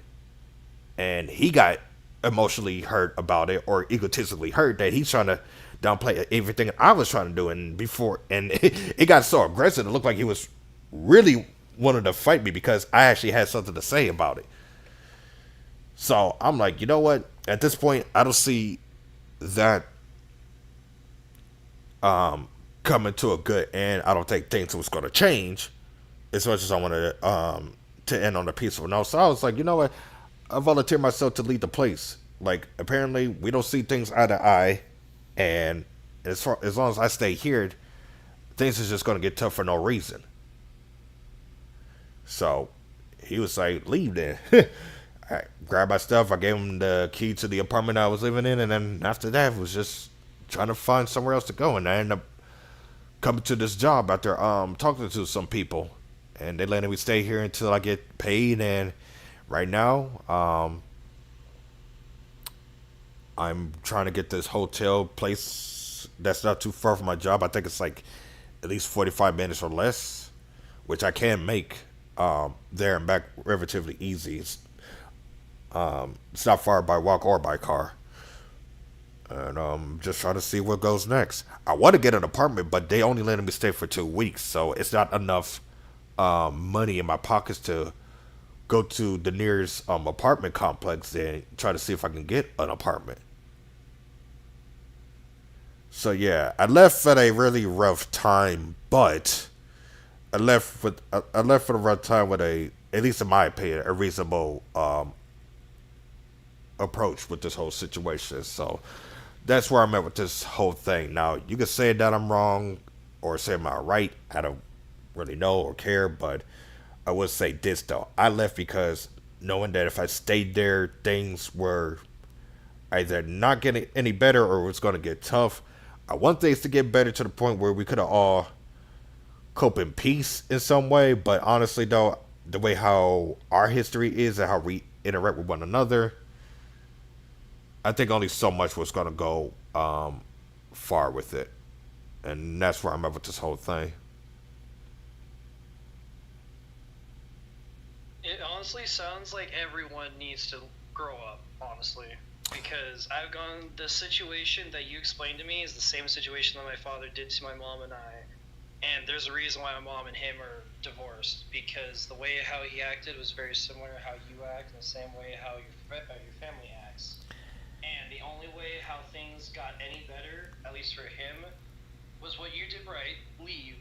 But then he had to start pondering about, like, why did I get to this situation? Why am I the one that's always in this boat? And for his sake, it was because he was abusive, he was rude, and it was always games for him. It literally was. He didn't view it as, well, I'm not addicted, not realizing that he would literally, every single day, he had to play a game, or he had to do something with the games. And because of that, he would lose some of his abilities of being a parent, for example, taking care of your kid, or even doing parental things like doing dishes, paying rent, whatnot. He would do that. And because of that, and he did it for 14 years, he kept doing that. He kept bumming off of people. He kept bumming off of the idea that someone else will take care of it. It's always someone else's fault. It's always someone else's issue, not mine. I'm being this better person than I am. And because of that mentality, it lost me, and I lost my mom. And that's the mentality that I'm getting out of this, honestly. And the only thing I can think of, and I know it sounds fucked up to say, but the only thing I can think of is every party or every person needs to look at themselves, realize why they're in that situation, understand why they're in that situation, and then improve upon it. Whether it be like, well, maybe I just do give up the games, or maybe I do just give up on trying to drop my sister off at Detroit, or maybe I should accept the fact that my wife is gone, or my wife-in-law, whatever the hell the case may be. Someone passed away that I cared for the most, or I should grieve it, whatever the case may be, it needs to be approached, and it needs to be taken care of. Because the longer that people hide behind this fear, because it is a fear, no matter how you look at it, it's a fear, and you have a coping mechanism one way or another, and you don't realize it, for all party members. Until that gets taken care of, it's always going to be this endless cycle of he said, she said, or why am I the one that's in trouble and they're not, or how come you're dicking on me but you're not dicking on them, or how come it seems like you're the one that gets to get away with it but not me or my brother or sister or my family member. And the crazy fact is that my bad. Go ahead. Go ahead. Like that's the thing.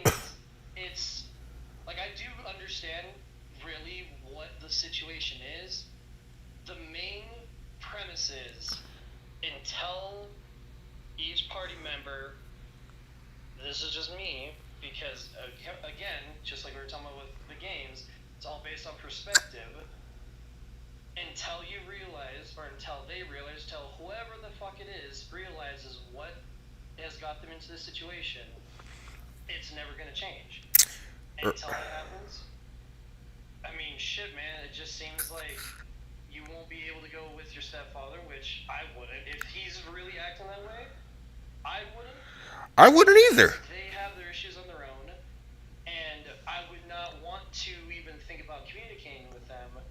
And for your situation, yeah, live how you can by yourself. Learn to be even more dependent on yourself. Not saying that you're not depending on yourself as is, but don't be like, hey, I need people for money, or hey, I need a place to stay, or hey, I need a job. Just be like, fuck it. I'm in this on my own. I have no friends. No one cares for me. Use that mentality for your own benefit, because that way then, if some shit happens, you'd be like, you know what? I can figure this on my own. I don't need anyone else's bullshit. Not saying that you can't have friends, and I'm not saying that the friends that you will make along the way will be your good friends, but at least that way then you don't have to worry about well, one, there's two benefits to that. One benefit is you don't have to worry about relying on someone, and two, you don't have to prove to those people either. You prove only to yourself. Right, and honest. Like I said Go ahead. earlier, it's subjective. Right. So, take that with a grain of salt. You do your own thing, you do what you do, just don't bring anyone else involved with it. The moments that you start getting involved with other people, that's when you start losing those friends. Kind of like how Eddie became the way he was. And Eddie really fucked up. Yeah. Too is we might not chit chat a lot anymore, and the group that you once had might be disbanding because of how things have happened over the past 5-6 years. Mm-hmm. You don't want to end up like Eddie. Right. You don't have to have it treated like Eddie either. And I'm not telling him like talk to a girl and do stupid shit like that. I know you wouldn't do that, but it's the whole mentality of making stupid ass decisions to where it feels like you should have no one. Yeah, you know what? It triggered me about that scenario because the fact was that he him and her. I won't mention the other person, but y'all basically solved the issue already. Why the hell did you decide it was a good idea to broadcast that shit in the group when you already saw it? You could have been discreet about the whole thing, and the whole scenario wouldn't happen in the first place. But because you was in that mentality, thinking that people was going to be on your side of things, and you took it way out of proportion, of course it ended up being the way it was. He didn't have to do that in the first place. Or even if he owned up to it, at least own up to it equally and fairly, because when the other person did that, they was more mature about it. They had just as much dirt as he did and decided to be mature about it. But him, on the other hand, though, did not execute in that direction and just put it all on one person. Like, bro, come on, bro. Like, you've been with us for how long, and you don't think that we could have worked something out, or at least, you know, you could have talked to her in a way where it's respectable for not to still want you to be around, to say the least. And he didn't execute that. So it sucks that, you know, for somebody that I viewed as a, you know, a brother in arms, especially in Call of Duty and stuff like that, and him actually helping me out with some of my stuff in real life, it's kind of like, bro, like, you did this behind our backs, my back, more importantly, and it's with somebody in the group that you know you wasn't supposed to do that in the first place. But I get where he came from, but he shouldn't have done that in the first place. But even then, you fixed the problem before it came even worse. I just didn't like how you did it at the end of the day, and you kind of screwed yourself up when you made a say, what's that? I guess an announcement or say so about it. So that bit him in the butt at the end of the day, because his whole mentality was just all over the place. He was wanting attention, honestly, because he immediately panicked, thinking that you were going to not only disfriend him, but you were going to view him lesser than he was. Because, again, from what he kept telling us, which annoyed the shit out of me, and Crusaders, which is, again, why we just stepped away, he kept saying, well, Fox made me, or helped me not commit suicide. Like, okay, that's awesome, glad to know that. But then when he kept saying, it's like, at this point, that's what 16-year-old me used to do when I wanted attention. That's what 14-year-old me wanted to do when I wanted to get my way, was to play this victim mentality of poor me, and I'd bring it up all the time, so that way I'd get some sort of recognition, so that way I made it feel like I actually was doing something right. When he knew, again, like you said, he literally was saying, I don't need to do this anymore, this needs to stop. And once he stopped, and he put his foot down, and the other person was willing to agree to it, then yeah, that was it. But because, again, he had the victim mentality and he wanted the attention, he missed having the attention because he was going through shit, he decided to play the victim mentality, and then he decided to push it until It bit him in the ass, finally. now he's got no friend. Yeah. He's got no one now. But that's just it, is there's no reason for anyone in the group chat to have to do that, or to deal with that, or to become that person. There's just no way in hell that should have happened, or for any of this to happen. Right. But it happens. because other people like that exist in that Games and Chills chat. Which is why I made a comment to you a few weeks ago about keeping your eyes peeled for stuff like this, or maybe just not have so many friends. You might only have just a few select people in that group, because nowadays you never know. You might get someone like another person that is all racist, but it's funny to them and it's not. Right. Someone else. Or that's just an example. Or you might find another Eddie, or whatever. Yeah. It's like I said earlier, I would get to the point where I would just remove everyone as your friend, mentally and on your phone or PlayStation, whatnot. Have them as co-workers. This is what I do. They're co-workers. Play with them because you want to, because you're bored, or because you haven't done it in a while or so. And then you fill up that little cup or that gap of that boredom, and the next day you just go on and do your own thing. Say, okay, I did my thing. I now need to focus on myself. What can I do to improve upon myself? What can I do to make my life not this way? Yeah. And again, yeah, on the surface, it seems like you're being a jackass, or it seems like the way how it's being approached is rude and cruel, but you cannot make yourself better by surrounding yourself by people who are going to weigh you down. And you might not think they are, but I can see it. Crusader sees it for sure. And there are reasons why we don't join those parties. It's not because we hate you. It's not because we don't like you. It's because the people that you put yourself with annoy the shit out of us, and we don't want you to feel like they aren't annoying, but we give you subtle hints of like, hey, Aaron's here.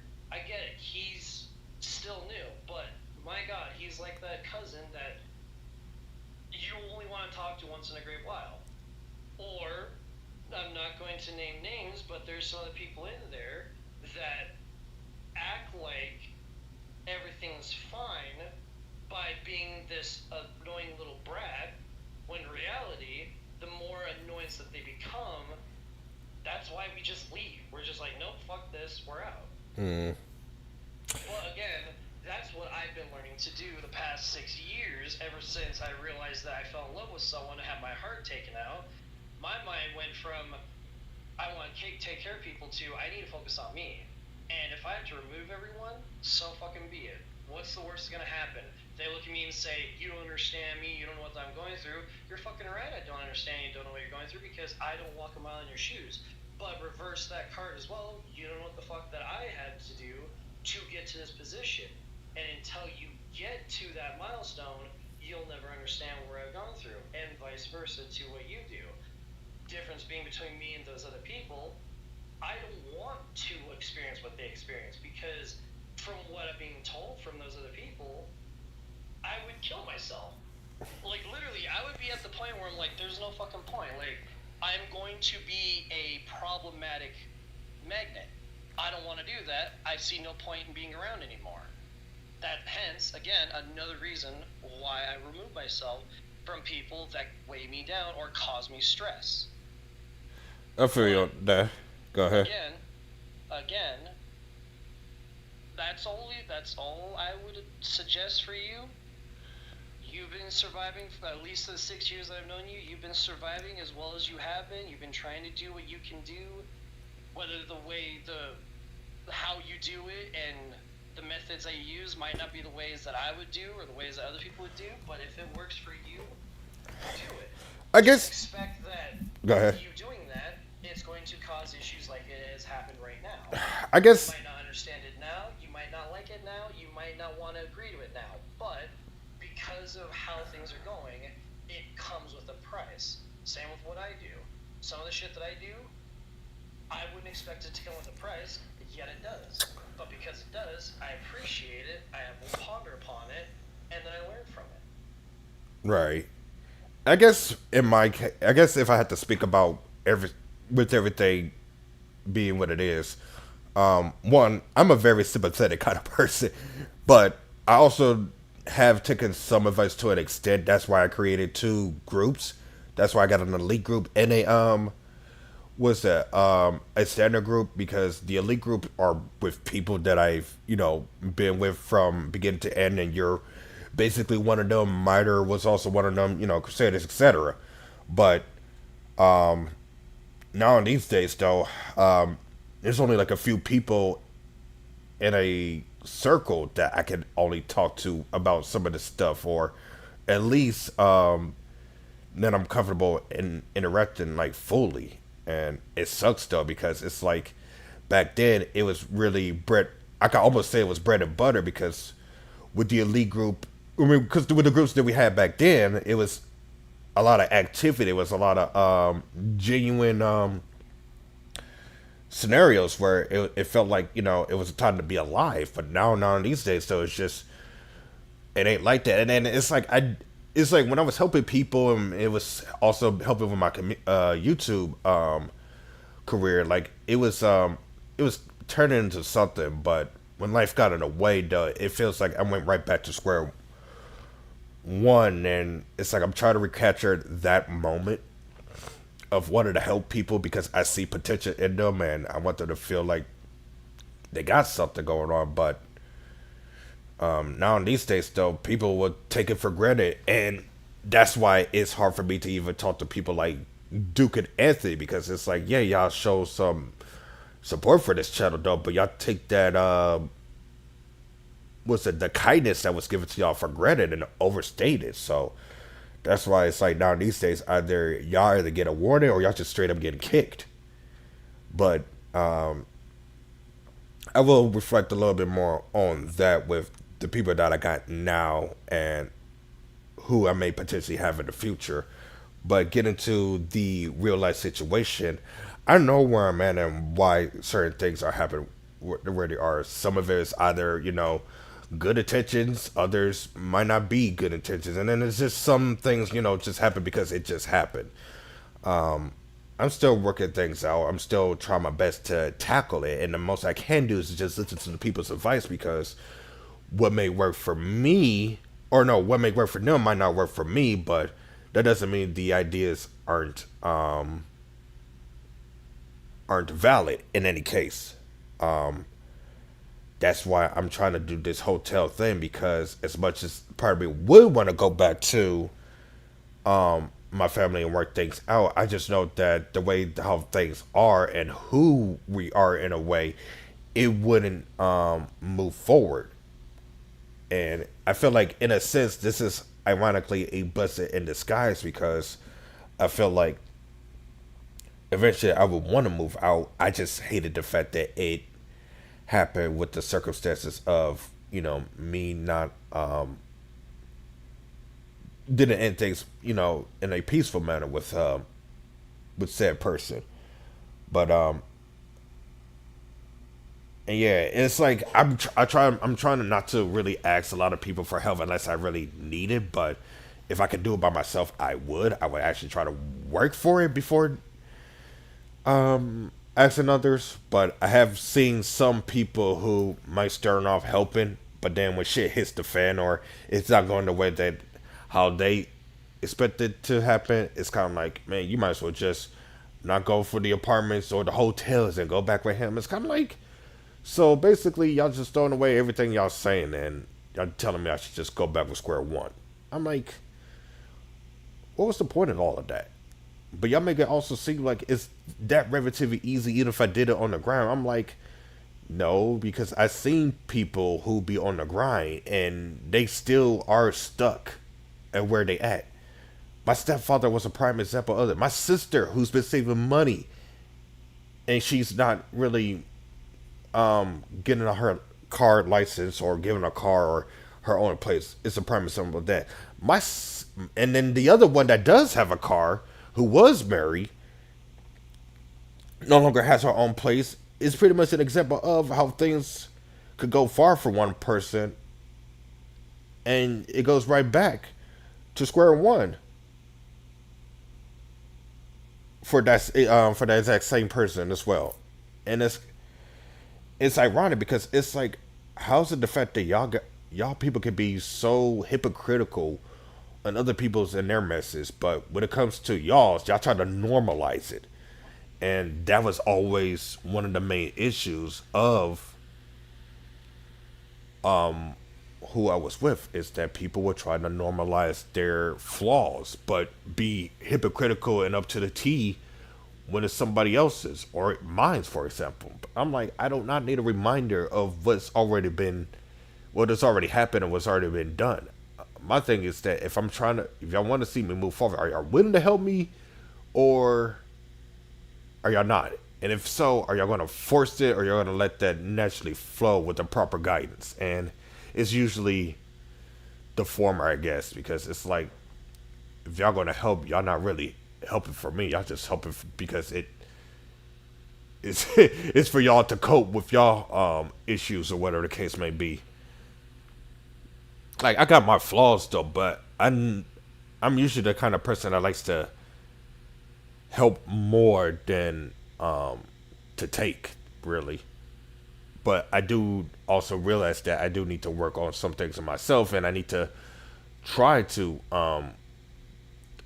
do things for myself, which is why, as much as part of me wants to go back to that apartment, I will not, and will try to get an apartment or get a house or even a hotel. And the hotel, as much as it's not the first of my many plans, it's at least it's a decent start.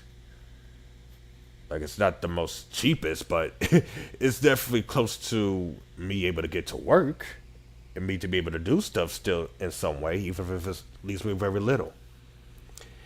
But if it's not the way how, things is done for y'all, then y'all did what y'all could.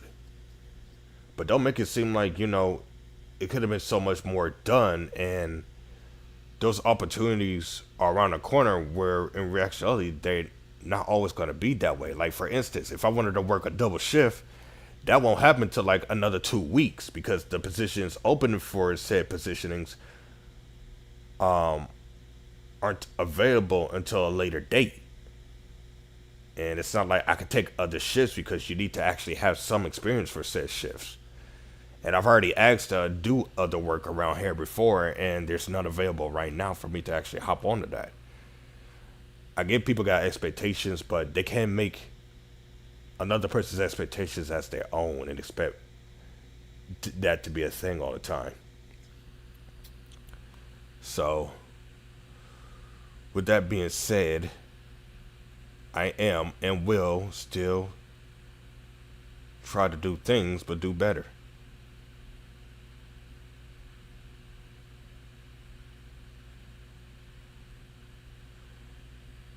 Oh boy. I didn't even know I left the chat somehow.